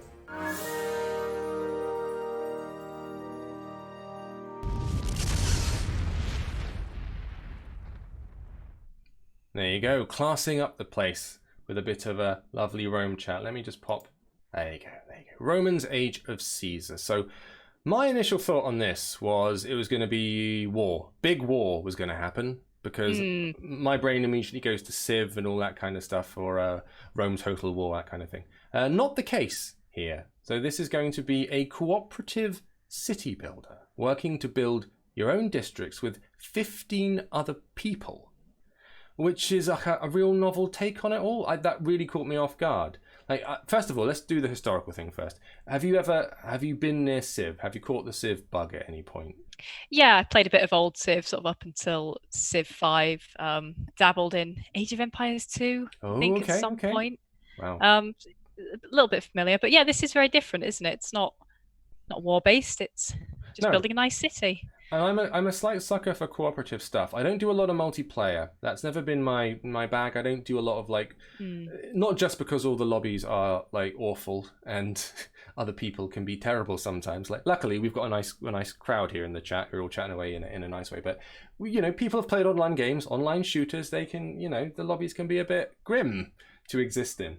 But I have really enjoyed playing stuff cooperatively. Like, for example, when they did the Gears of War campaigns, and it was like you could play those through with somebody else remotely. When that first appeared on Xbox Live, I was like, that's nice. And they're only short campaigns, and the idea of doing something as a cooperative thing rather than competitive is quite nice. The game that I like, was it Overcooked? That thing, where it takes both. It's like, it is cooperative, but also you will hate each other at the end, because you didn't put the flapjack ingredients out fast enough, and you threw away the good cooked thing, and all of that. So the fact that they are embracing this aspect of using group design to build a massive city. So yeah, the way that it works is 15 other people. Each person will be working on their own specific district within the city to try and help it flourish. But there is a world that exists beyond the city, and so in order to maybe not get conquered, or in order for your city to flourish, then you have to ally yourselves with others, establish road networks, join forces to fight off invading barbarians. So there is an element of combat, but it's not like the main focus there. And then the thing that sits underneath that is the politics. So this is where it becomes less cooperative, or at least the people you're working with in your city, they're probably fine, but maybe they will overthrow you because this is Caesar, and we all know what happened to Caesar. And so potentially there's the possibility to completely mess up your friends.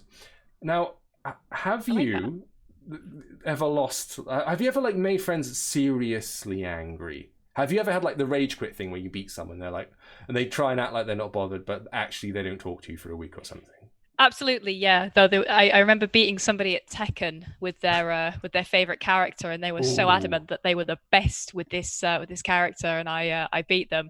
And while they didn't, not talk to me for a week, there was definite, bad vibes in the circle for a while over this this tragedy. Yeah, with their own character, that is salt in the wound, 100%. Yeah.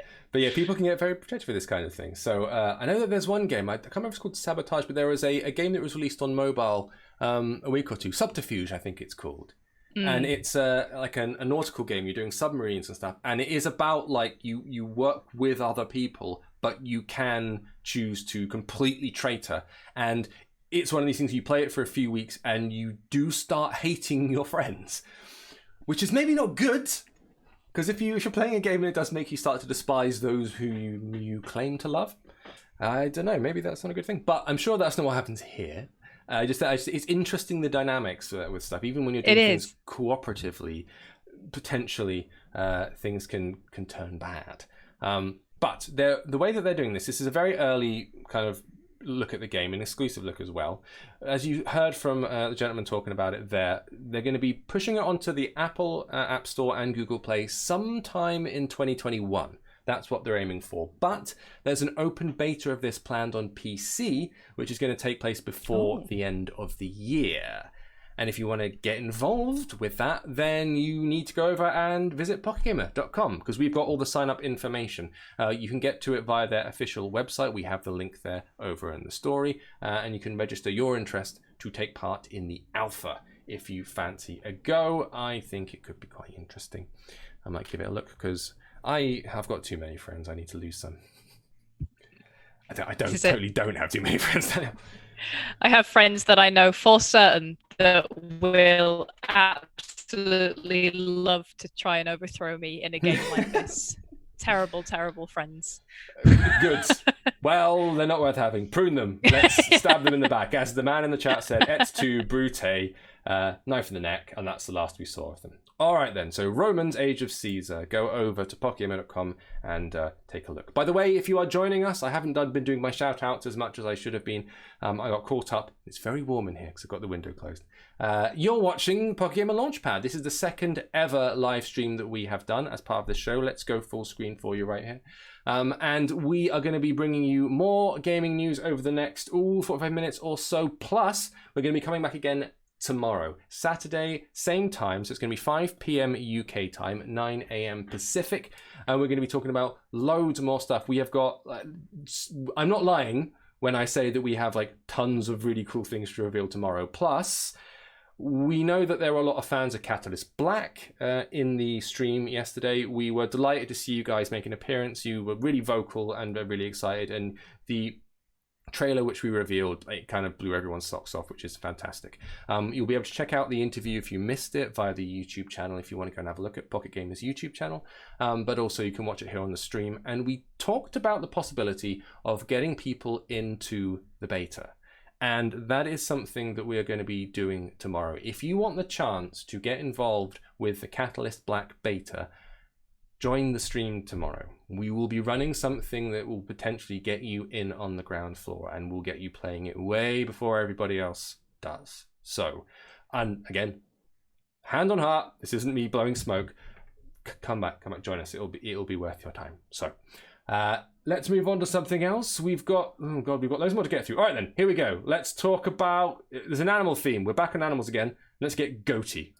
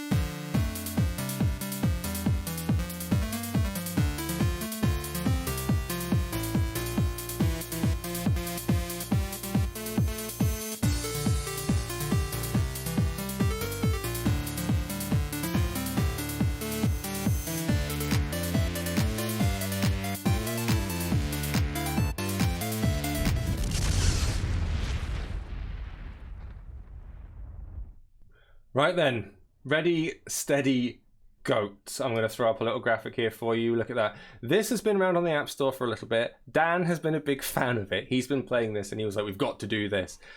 So we did, to make him happy.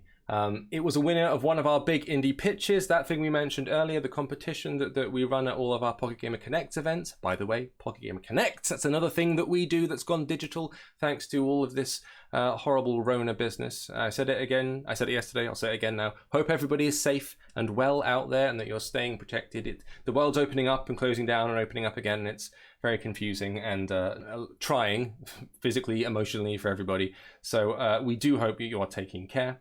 And the reason that we are doing events like this is because we can't do the physical meetups that we usually do. So we got to do these things digitally. We're making the most of it. It's nice for me because I get to talk to people like Danielle, who I don't get to see on a daily basis. We all talk in Skype and all that because everyone works remotely, but it's really nice to actually meet up with people a little bit and have human contact. I get to do the podcast, which is my cheat, so I get to speak to real humans now and then, which is fun. Big indie pitch. This was a winner of one of those. It took off in a big bad way. I had never played it or seen it before, and then I realized it was already out, and I was like, okay, then you're not getting out of the stream alive without me having a go on this. So, how to goat, people? You tap to jump, and that's pretty much it. I'm going to start tapping with this goat. Oh, it does a little meh. That's what I'm looking for. And then you have to squash the creeps. So I can double jump. Yes! Nailed it. Why is this goat under ski lifts? I'm not sure what the relevance of the hanging ski lifts are. Whoa. Just fun platforming design. You bounce on the ski lifts. Right. Okay, I get it. So, hang on, try again. So if you run straight into the side of them, it has to be a butt stomp. It's a Mario butt stomp that is required, but you got to mess with the double jump. I bet you I can get on top of that if I double jump from here. Oh no, not high enough.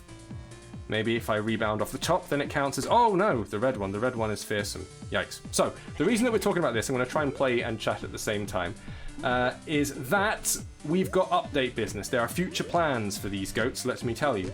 And we've got a July update coming out. Additional enemies, they require a second hit. Gems, power-ups that you can buy them with. Oh, I've just died because I was reading a thing at the time. Do you have the stats? Can you do the reading while I do the playing? Yes. Go on. Where are we? Jump on it. There we go. July's updates. New enemies, which require a second hit to kill. There will be gems and power-ups that you can buy with them as well. Apparently, you need to build combos to unlock those gems, though. So there's a little bit of difficulty there while you're bouncing around with your goat. Go on. Yes, nice. One of the new power-ups is an extra life, so maybe that will make things a little bit more easily and accessible for other likes players. Of me. I've literally never played it before. I'm learning as I go. I'm starting to... You can actually jump on them while they're in that grey spawn state, which is kind of nice. Ooh, double. Yeah, I got a combo. There's a pink thing. What is it? I got a gem. Perfect. I got a crystal, like in Sonic. This is great. In September as well, the game will be receiving an XP and leveling system. Okay. Which will offer some new fancy rewards and some more achievements as you carry on playing. A bit of longevity in it for you. Those double hits. Those double hits you were talking about. Some of these little things have hats on them, and if you hit the hat off the head, that counts as like one hit, but it's almost like a shield, so you need to double tap them. This guy. The thing I don't get about this is the creeps. They're dressed in hats. This guy's got a backpack. It's like I am just disturbing them on the side of an alpine slope, like it's some kind of riff on a skiing game. That was much better. 75 seconds. We didn't do too bad there. It's like Colossus again, isn't it? These guys are just living their lives in a mountain, and you know the goat's kicking off. I've got an insane goat. It should have the update where you can just climb up the side of the wall. You know those crazy goats that can seem to climb sheer surfaces? Yeah, big mountain ones. That's right. Yeah, I think that there should be some kind of update which allows for that. Double jump there, magic. But these things, like we've been covering big, flashy AAA looking things where it's all 3D graphics and massively multiplayer online and $1 million budgets. And this is the other end of that spectrum. This is where we go to the big indie pitch and we find these little indie games that are light and fun, and they're designed by maybe one person, perhaps. Occasionally it's very small teams, but on almost no budget. And you are forced to go straight back to raw gameplay.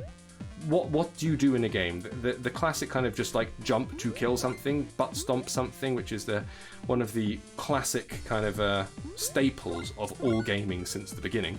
It's perfect. We'll use that, and then as it's a score chaser, you just keep going until you... Oh god! I had that. I thought I had that. Keep going until you get munched off the screen by one of these dudes. It's simple. It's easy to understand. You get it within 5 seconds. And there's a lot to be said for that kind of instant accessibility thing. It's not necessarily one of these games that I'm going to be playing this in 20 years' time. I shall tell my children of this game. But what they do well, and especially what mobile does, is short, brief play sessions based on reactions. That kind of stuff where you pick it up, you have a quick bash around, you are your brain fires into action for a little bit. You get the endorphins going, just a little bit, where you have to focus really hard, and then you go back to doing something probably quite dull and boring in your day-to-day life. That's what these things do for you. They give you that little release, that little focusing burst, which I quite like. They do. And this is another one of those ones where I can tell that they're playing the song over and over. So there's a potential for me to get the goat song lodged in my brain. Got another gem. I'm guessing I need to collect the 5, like the Infinity Stones. Or were there 6 Infinity Stones? I can't remember now.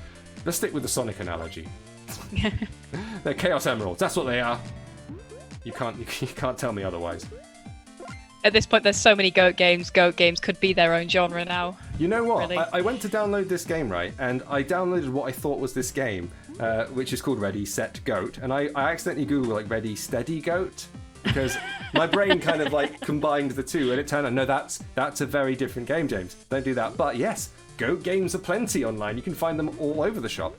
I think I hit my peak with 76 seconds. Anyway, if you want to get involved with this game, I'm gonna turn my goat fella off. There he is. There he goes. Replaced with a static image. You get the extra XP and leveling system, like you mentioned, Danielle. You get rewards, you get achievements, and this is all going to happen in September. So that's what you're looking for. The update is going to kick in then. If you want to prepare yourself, the details are available over on Pocket Gamer. And sort of the big hidden thing is they're going to let you play it in portrait mode, which is the other thing that mobile games offer that maybe other games don't offer in quite the same way. So when they started bringing shmups over onto mobile, I was very excited because playing games like, I'm thinking of like things like Ikaruga, where those really lovely vertical shmups, where people who are super serious about it, they take their monitor and they turn it sideways. They actually put the whole thing up so that you get that full vertical, like 16:9 thing. That's this. It's perfect. So you get to actually kind of play. Those games translate beautifully because you just drag your thumb around the bottom of the screen, and the vertical thing's baked right in. You can get really good shmup stuff over El Fozzie, who you calling a goat. Don't start on me. El Fozzie's one of our work colleagues, let's say, and he's getting RC. I made him a mod. I shouldn't have done it. He's already got too much power. I don't like it. So Ready, Set, Go. You can find that in the app stores right this moment, and look out for the September update. Once again, if you're just joining us now, this is Pocket Gamer Launchpad. We're going to be here for the next half an hour or so. We're going to be coming back again tomorrow. Do come back and join us, especially if you're a fan of Catalyst Black.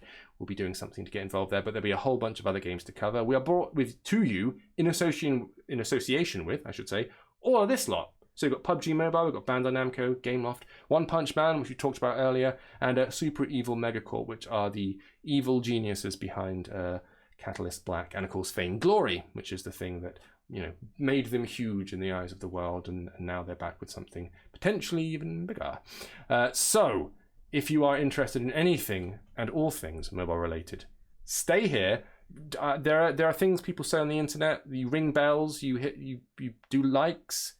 What are the other stuff? You subscribe, ring that bell. That's pretty much it. That's the trifecta, isn't it? Yeah, all right. That's what the kids say. Okay, fine. So do all of those things and make sure you stick with us, and we'll be back again tomorrow. But there's still more to come. So let's talk about something a little bit oblique. Let's bring things down. No more goats. Let's get serious.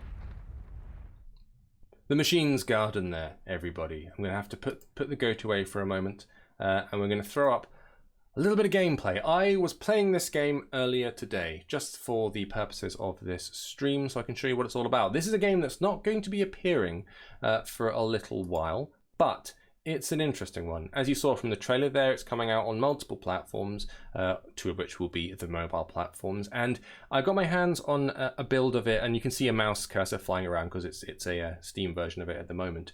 But I can immediately see how this is going to work on mobile. It is a hex-based tile-moving puzzler that has something. It has like an ancestral relation to something like Snake, where you are trying to drag an object around without going back on yourself. So you can see here, I'm dragging this around tile by tile, but you can also see those red dividing lines in between the hexes. Those are walls I cannot pass through. So that particular level forced me down a particular path. And I'm just kind of clicking on each tile, or on mobile, I will be tapping each tile to doof, doof, doof, doof, doof, doof, doof, and guide my node around, leaving that blue vapor trail behind. Here, we do a new mechanic, which is warp mechanic. So those yellow tiles there jump across. The important thing is you have to fill the entire map. You have to touch every single node on that map in order to exit the level. And if you fail, then you realize you kind of put yourself into a corner, and there's still a tile over here that you can't get back to because you've snaked yourself in. You need to reverse and go back the way you came. The game that's going on underneath it, or the narrative, is like you are reactivating a computer. So I think the idea is that these are like nodes inside a weird ancient circuit board, and every time you complete one of the levels, you get a new bit of information pop up from that screen that's over there on the right hand side. And it's kind of, you bring it back to life. You don't necessarily know why or how. And I mean, I only played maybe like sort of 10 levels or something just to work my way through, but I was quite taken. Firstly, I really like the look of it. This lo-fi look, especially on the screens. They've got the big pixels, the great big pixels that make me go, oh. How do you deal with puzzle games? Do you prefer the more actiony stuff? Do you like kind of quiet, contained puzzlers? What's your angle? I'm not big on puzzlers actually, because they, require me to use my brain when I'm playing video games, to not really use my brain. I see. But no, I like the style of this. It's interesting, and I like that you're doing puzzles to unravel a story, and whatever is going on here, it's ominous. Yes. You're figuring something out as you go, and there's it's not just doing a puzzle because you want to do a puzzle. You're leading up to something. You're trying to unravel a mystery. So yes. There's a purpose to it, which is interesting. You must do a puzzle. See, this is one of the ones that first kind of threw me. This was me playing about 2 hours ago. And I was like, right, so I need all these dividing lines. I'll complete that area. You see, I completed that zone, and now I've warped over, and I can go up to this next one. I complete that, warp over, and I've trapped myself. So that's me rewinding. You reverse through, and you just click on a node, any node back, and it kind of and flies back to where you came from, which is actually a really nice touch. A good way of doing it. And then, actually, put the sound effects up a little bit. I think you should be able to hear. And so I had to go, right, think again, have another go. No, didn't quite work out. Stop. Don't rush into it. I already realized that was wrong. And then I was like, okay, here's the way forward. So warp over there, leave those other tiles available. Warp there. Have I played myself again? I think I may have. This is fun because I get to critique my own bad performance. Yeah. So maybe the next time's when I got it. But stuff like this where it is like, right, I have to pre-plan, there's an element of it being methodical and all that. There you go. So there you go. Victory. Yeah. I managed to complete it in that instance. But so much of puzzle game design for me is about feedback. The puzzles have to be, of course, clever and smart and all that business. But the stuff that makes puzzle games really work for me, or any of these games that involve moving things around or sliding things around, it's audio-visual feedback. If when you move, things kind of go chum, chum, chum, or they provide like a satisfying, like this, you get this little kind of explosions when you do the warping, and it happens very quickly. It doesn't go, it goes ba-bam. There's a real like violence to it, pinging between two places. That's a design choice. That's a really nice design choice that immediately made me feel, it makes the game feel dynamic, and it makes everything feel like it has that much impact, along with this sort of low-res blocky style, which is quite nice.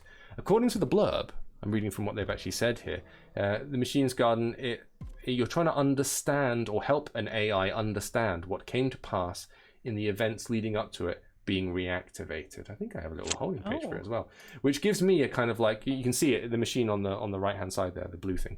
It gives me like that Hitchhiker's Guide to the Galaxy deep thought vibe, where everything is a computer that's been hanging around for a billion years, and especially with like the Android character Marvin, where it's like, you've been around for so long, you've almost forgotten why you're here or who you are, and everything's just terrible. I like the idea of coaxing something back to life like that. Yeah. Making it feel a bit better. So you do it. You're unlocking memories and subsystems by flitting between those different nodes there, and helping it to understand the world beyond the garden. But I would not be surprised if remembering was a bad idea. That's the third act plot twist that I'm predicting. Don't hold me to ominous. it. I'm guessing, but I don't know. I feel like there could be a bait and switch there. I feel like it could be a reversal. Who knows? I'm not sure. We'll have to wait and see. But this is going to be coming to iOS and Android, but also PC as well via Steam and itch.io. So if you do want to get hold of it, it'll be appearing on all those platforms and storefronts at the same time, 7th of August. So not long. Where are we? A couple of weeks. It's going to be kicking around. So if you like the look of that, keep your eyes peeled, and it pretty much doesn't matter what platform you've got, then you'll be able to get hold of it. It's yours. It's just there. It's waiting for you. Go. Teach the computer terrible things. All right then. Oh God, the time's moving on. We've got lots more games to do. Quick, let's move on. We're going to talk about, from machine learning, let's go to capitalism. Is it good? Is it bad? Let's find out.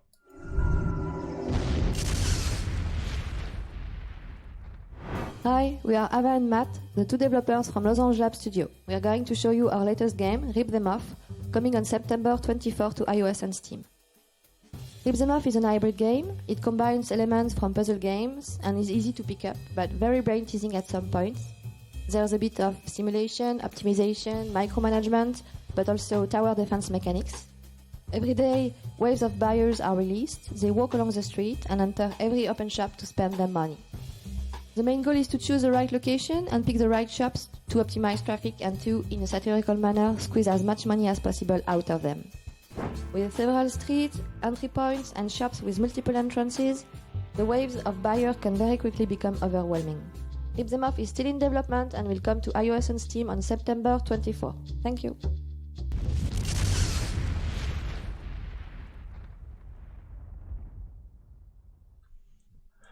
Rip them off. That's the message of this one. We're gonna lose the nice machines. They're all gone now. There we are, disappeared. And we're gonna move on to this thing. So we are actually in control of this game. It's here. It's in my hand. It's in my palm. I haven't actually played it yet, and that's the thing I was going to try. I like to do one game per stream. I like to throw caution to the wind and be like, you know what? Let's just play it and see what happens. And this is one of them. So the idea is it kind of got a mixture of a like tower defense game, I guess, but the idea is it's shoppers coming to you and buying, and each of the shops that you erect there can hold a certain number of customers. They'll spend a certain amount of money, and they're called dupes, by the way, in case you wondered whether they respected these people or not. They clearly don't. They won't enter another shop of the same type that they've already visited. That's the way it's set up. So hopefully this is the right way around. We're about to find out. Is it upside down? Hey, it's the right way around. Beautiful. This is the game. Now, this is not out at the moment. It's not coming out for quite some time. It's going to be a premium game. It's going to be App Store specifically, and we're not seeing it till September. So it's telling me shoppers or dupes will emerge from here. That's the point on the left there, the spawn point. Utilizing the free lots generously provided by the board, place stores in their path. They won't be able to resist. So this is the tower defense aspect of it. Rather than you placing like turrets that blow the crap out of everyone, it's placing shops that absorb shoppers. Which I guess is that the pacifist's way of dealing with people approaching you? I mean, I suppose. They're not being forced, are they? Against their will to shop? I don't know, it's making it sort of sound like it. So, or are they just being tricked? Right, okay, so I can right, how much? I don't know how much cash I got. 9,000. What can I build? So 7.5 grand there, 14 grand there. So I don't know what each of these. Let's go 2, 3, go. Yeah, that's too much. Okay, I see it. I'm just working my way around the UI. Let's build a wall. There you go.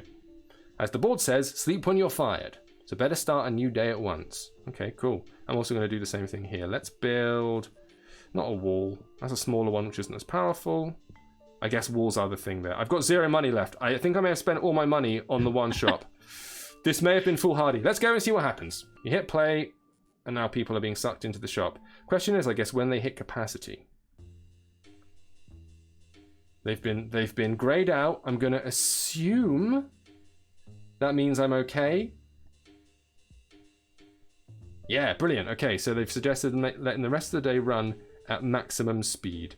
So I can tap on the play button up there and it will speed up the effect for everyone. I'm being talked to by this. It makes me feel like, did you play Control that came out recently on consoles? I didn't actually know. Well, firstly, it bangs. And B, there is this element of like you're being talked to by a board, like a governing board of some kind of ethereal department. And I'm getting vibes from that, like the board is pleased with your efforts. Like, okay, that's in a no way cynical. Or sinister. Right, so I've got 3 grand. What can I do? Can I bolster anything on this other unit? I'm not sure I can, you know. I might have to find something cheap down here. Can I perk up this existing one that I've got? I'm not sure I can. Right, okay. Let's press play again, see what happens. I'm sure the game's going to tell me I've done something wrong. Firstly, all this Art Deco business going on. That's quite nice. It is, yeah. Super minimal style they've gone for there, which is quite nice. And having it being a horizontal thing rather than... Usually these games, when I'm talking about tower defense, I always tend to think of the top-down, you know, quarter angle things. Your anomalies. The anomaly, that's an amazing tower defense series. Really like that one. Or my own personal favourite there, which was... I just realised I'm watching everybody wander past and die, but I can't afford any more stuff. Everything costs too much money. My favourite of these types of games was Kingdom Rush on mobile. Those are superb little tower defense games which are absolutely full of character and extremely worth your time. Ooh. So I can potentially at 5,000, 6,000. Come on, I need more cash. More cash to open more shop business.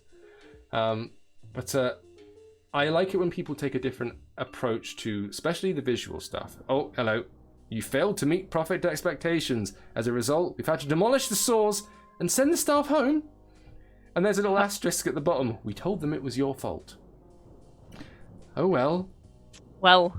I'm going to assume that was a forced death kind of thing. It probably wasn't. But, and that was probably just rubbish. However, now, with my 9,000, I'm going to start a little bit more sensible. Let's not blow the entire 9 grand in one store. Let's be sensible. Let's go down here. That'll allow three workers, 152 coin, and the time rating is 5.2. Let's go for that. There we go. Let's be a bit more modest with our approach. Unfortunately, can't buy anything for the big one, but we'll just hit play. Then hopefully I'll have a bit more cash where I can erect something in the second shop. And I need to bear in mind, I think, so I've hit maximum capacity there.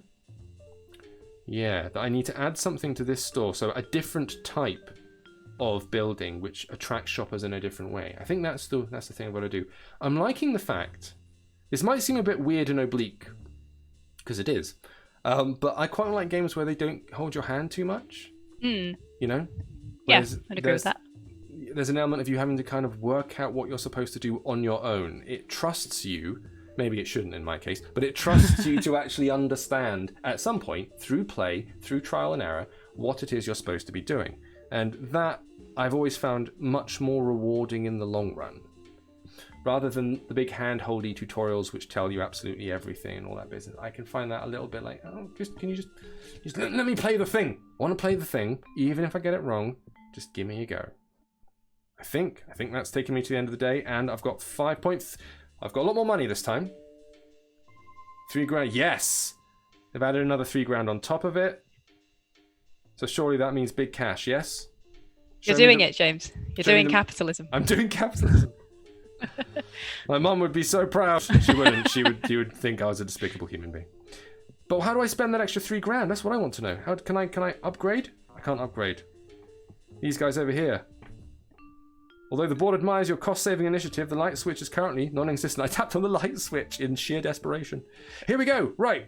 Purchase. Here we go. Now. I acquired the cash to buy another one. This is going to suck up 4 people. 4 people going to this shop. And now, I think these guys at the end here, I don't think they're affected. So it's once the shop is full, it kind of absorbs them and occupies them for a little bit and then sends them on their way. if it is full capacity when they walk past, they kind of go and walk off the end. You can see the ones that look like shadows, they're fine. It's the ones that are solid that are hurting me. 80% capacity, 90%. Ooh, I don't know if that's 90% finished or I'm about to die. Don't know about you, I'm finding this quite weird and tense. I like it when I don't know what's going on. 99%. Oh, it was the death. They give me different death meanings. Your inability to provide willing dupes sufficiently outlet for expenditure is an act of gross cruelty. The board is saddened by your actions. And now there's like... This game is brutal. Well, it seems, viewers, that I have much to learn about this game, but that's kind of the point. We want to dive in and just see what it looks like. Love the art style. Very interested to see how the game expands on itself. Rip Them Off is the name of it. I've got a little... I feel like I've got a little thing I can look at here. There it is, yeah. Lovely. And if you want to see more about it, first of all, you need to go over onto pocketgamer.com. We've got the story up and additional coverage. There's also a full video, a much more like longer explanation of what the game is, which, let's be honest, I should have watched more carefully, which you can find as well, which will be over on the YouTube channel at some point. So, 24th of September for this one.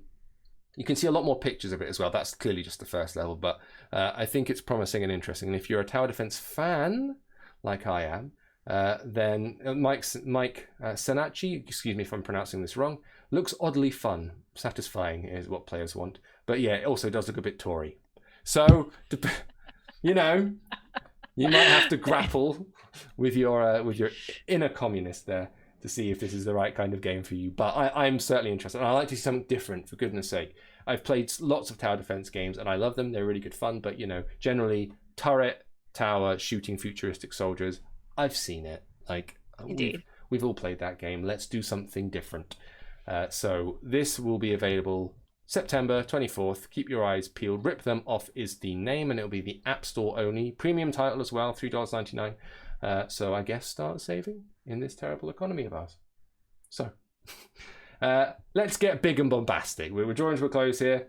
Let's get warbound.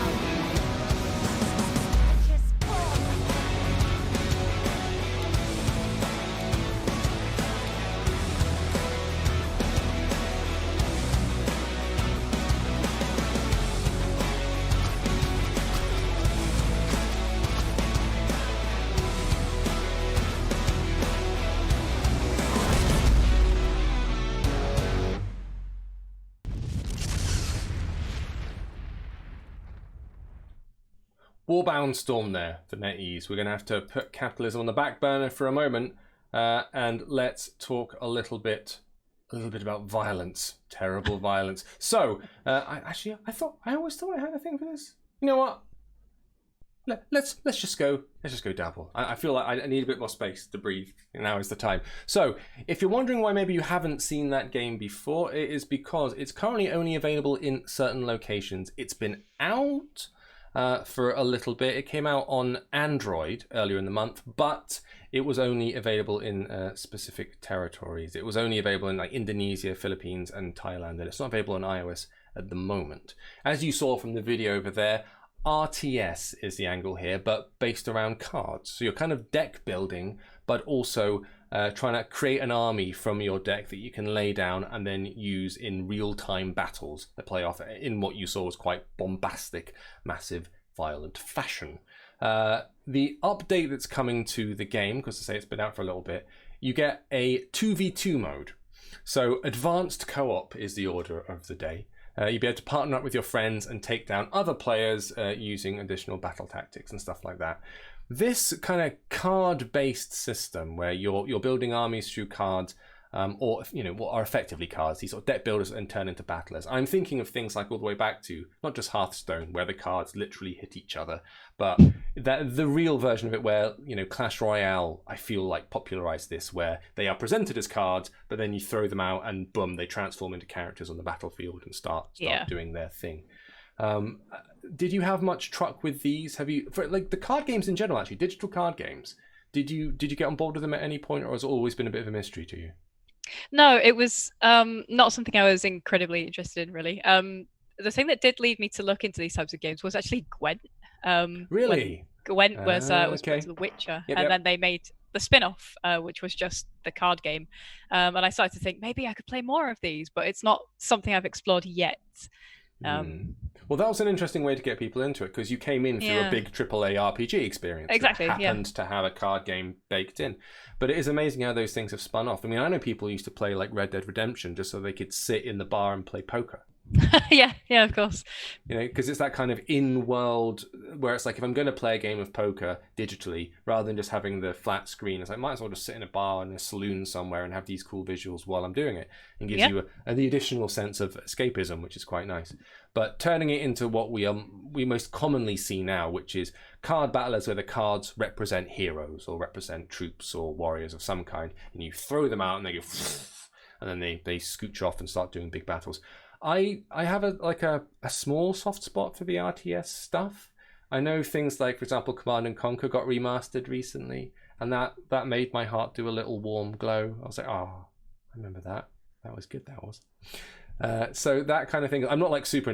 I've done the XCOM of it all, and that stuff's great. I quite liked it when it's pared down to fewer troops, where you're focusing on maybe 4 or 5 squad members. And I feel like that's where the mobile games like this kind of come into their own as well, because usually they did bring the big war games over. You can get like Rome Total War and stuff for your iPad. That can be done.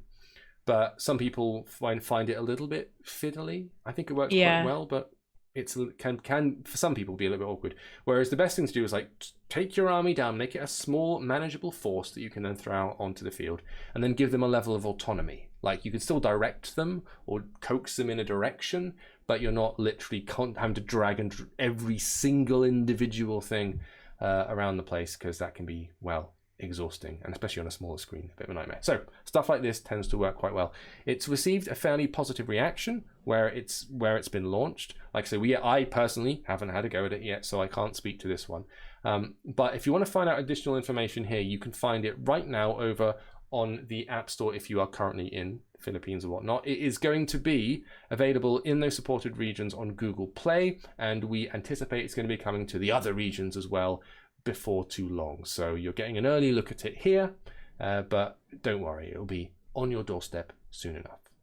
Do we have time to squeeze one thing in? Can we do it? I want to play a game. Yes, we can do it. Go on. I think we can do it. Let's do it. Let's go. Arcade weirdness at the end. Let's go lure.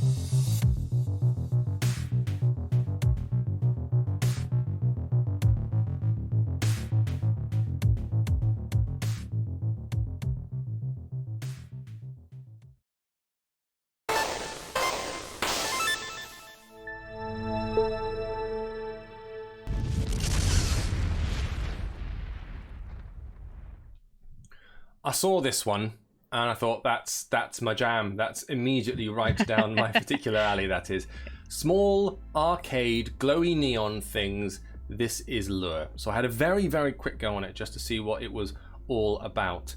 And it's originally you look at it and go, so Asteroids then?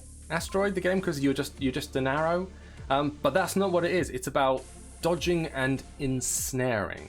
So you're getting attacked by this red thing, which is tracking you around the place. You can turn by tapping left and right. There's a certain amount of momentum here. So you've got to avoid this red thing hitting you. But you can't fire.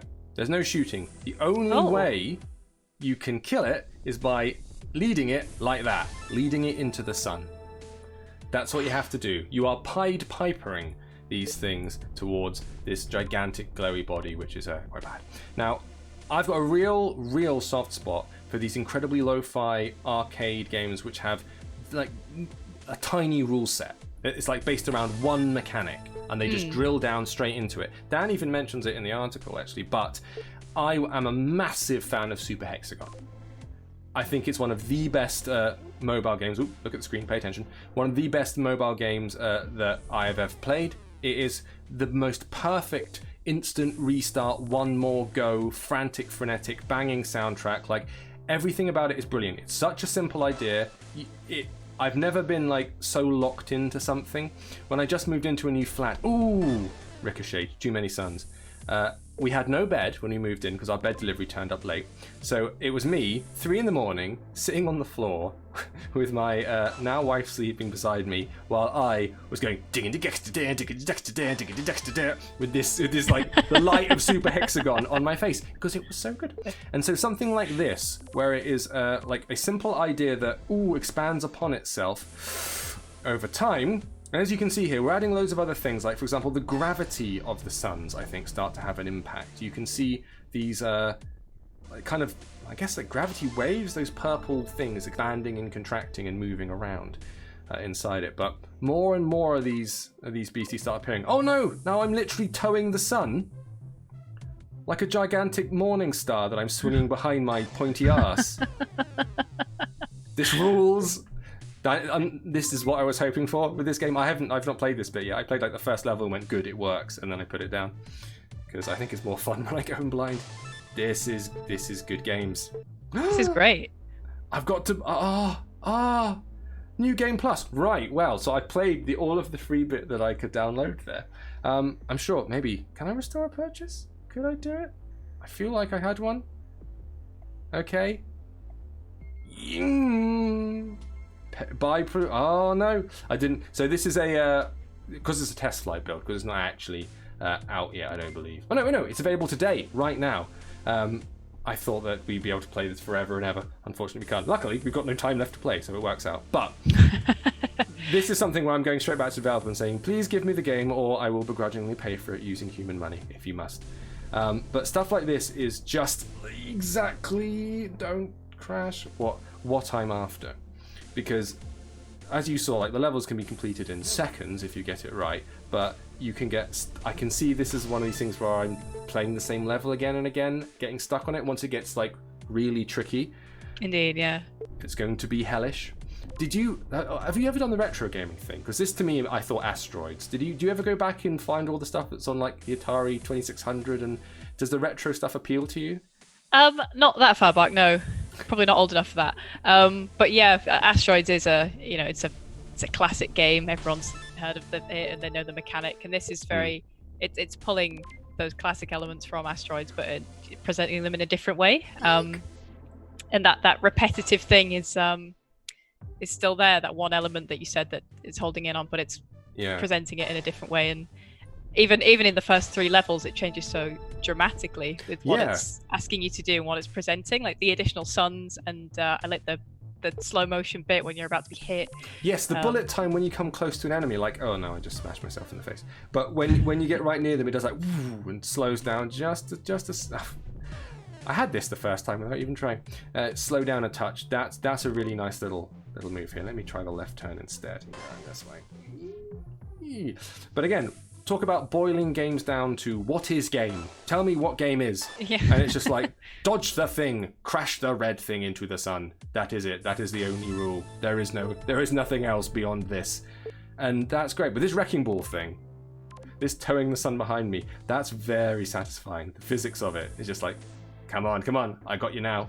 Yeah. Lovely. That's it. This is a good time. I could possibly play these levels over and over again, which I would have to do. Clear over 30 levels, master 9 new mechanics, and unlock New Game Plus, which is what we are talking about over here on the site. So if you want to find out more about this game, it is called Lure. It is out today. It is available on the App Store at the moment. It's not currently announced for Android, so we'll see what happens there. But as you saw, first 10 levels are free, and then the rest of them you pay to unlock. There are an additional 30 on top of the 10 that you just saw, and my guess is that they get hard, really hard. I mean, I can't imagine I won't be swarmed by 20 suns by the end of that, and I'm here for it. I want it in my life. So that neatly brings us to the end of the second Pocket Gamer Launchpad. I want to thank everybody who's been in the stream, everybody who's been watching us over the past couple of hours so much for being here. As always, this is only the second time we've done it now, so this is all, we're kind of finding our feet, we're working out how this thing works, and we're hoping that it won't be the last installment of the show. We've got another one coming tomorrow. We'll be back here exactly the same time, 5 p.m. UK, 9 a.m. Pacific time, for our third and final in this initial Launchpad series. And we've got a lot for you. We've got I'm looking at the list right here. We've got a whole bunch more games. All that stuff's going to be reflected over on pg.com, which you should definitely bookmark immediately. We are also going to be doing something with the Catalyst Black folks. I mentioned it earlier. I ain't lying. If you want to play the game before anybody else, and I know there's a lot of you who do, come back tomorrow and you will stand a very good chance of doing so. I will elaborate no further. Make sure that you go over to the Pocket Gamer YouTube channel as well and check us out there. I look after that thing, myself and Cameron do videos over on there, and we've got reviews stretching back years and years and years. Not all by me, it was there before me, but we do reviews, we do previews, we give everybody like recommendations on the games of the week, YouTube channel stuff, but it's all mobile focused. That is the only thing that we deal with, and we are Pocket Gamers after all. Danielle, thank you so much for being with me. This was really good fun to hang out. You're very welcome. Yeah, it's nice to actually do something together at the company. It's been good fun.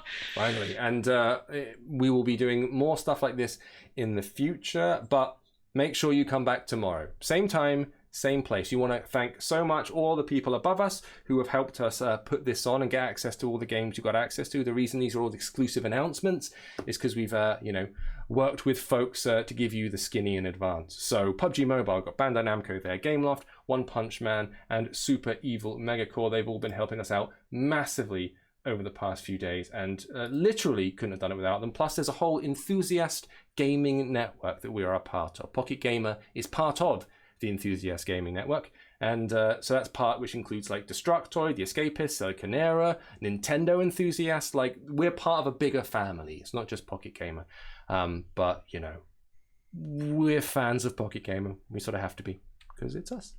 That's how we work. Anyway, thank you so much for joining us. Thank you again, Danielle, and all of you in the chat. Come back and see us tomorrow, same time, 5 p.m. UK, 9 a.m. Pacific. We're going to be here with more Launchpad Episode 3. Thank you so much for watching. Catch you later.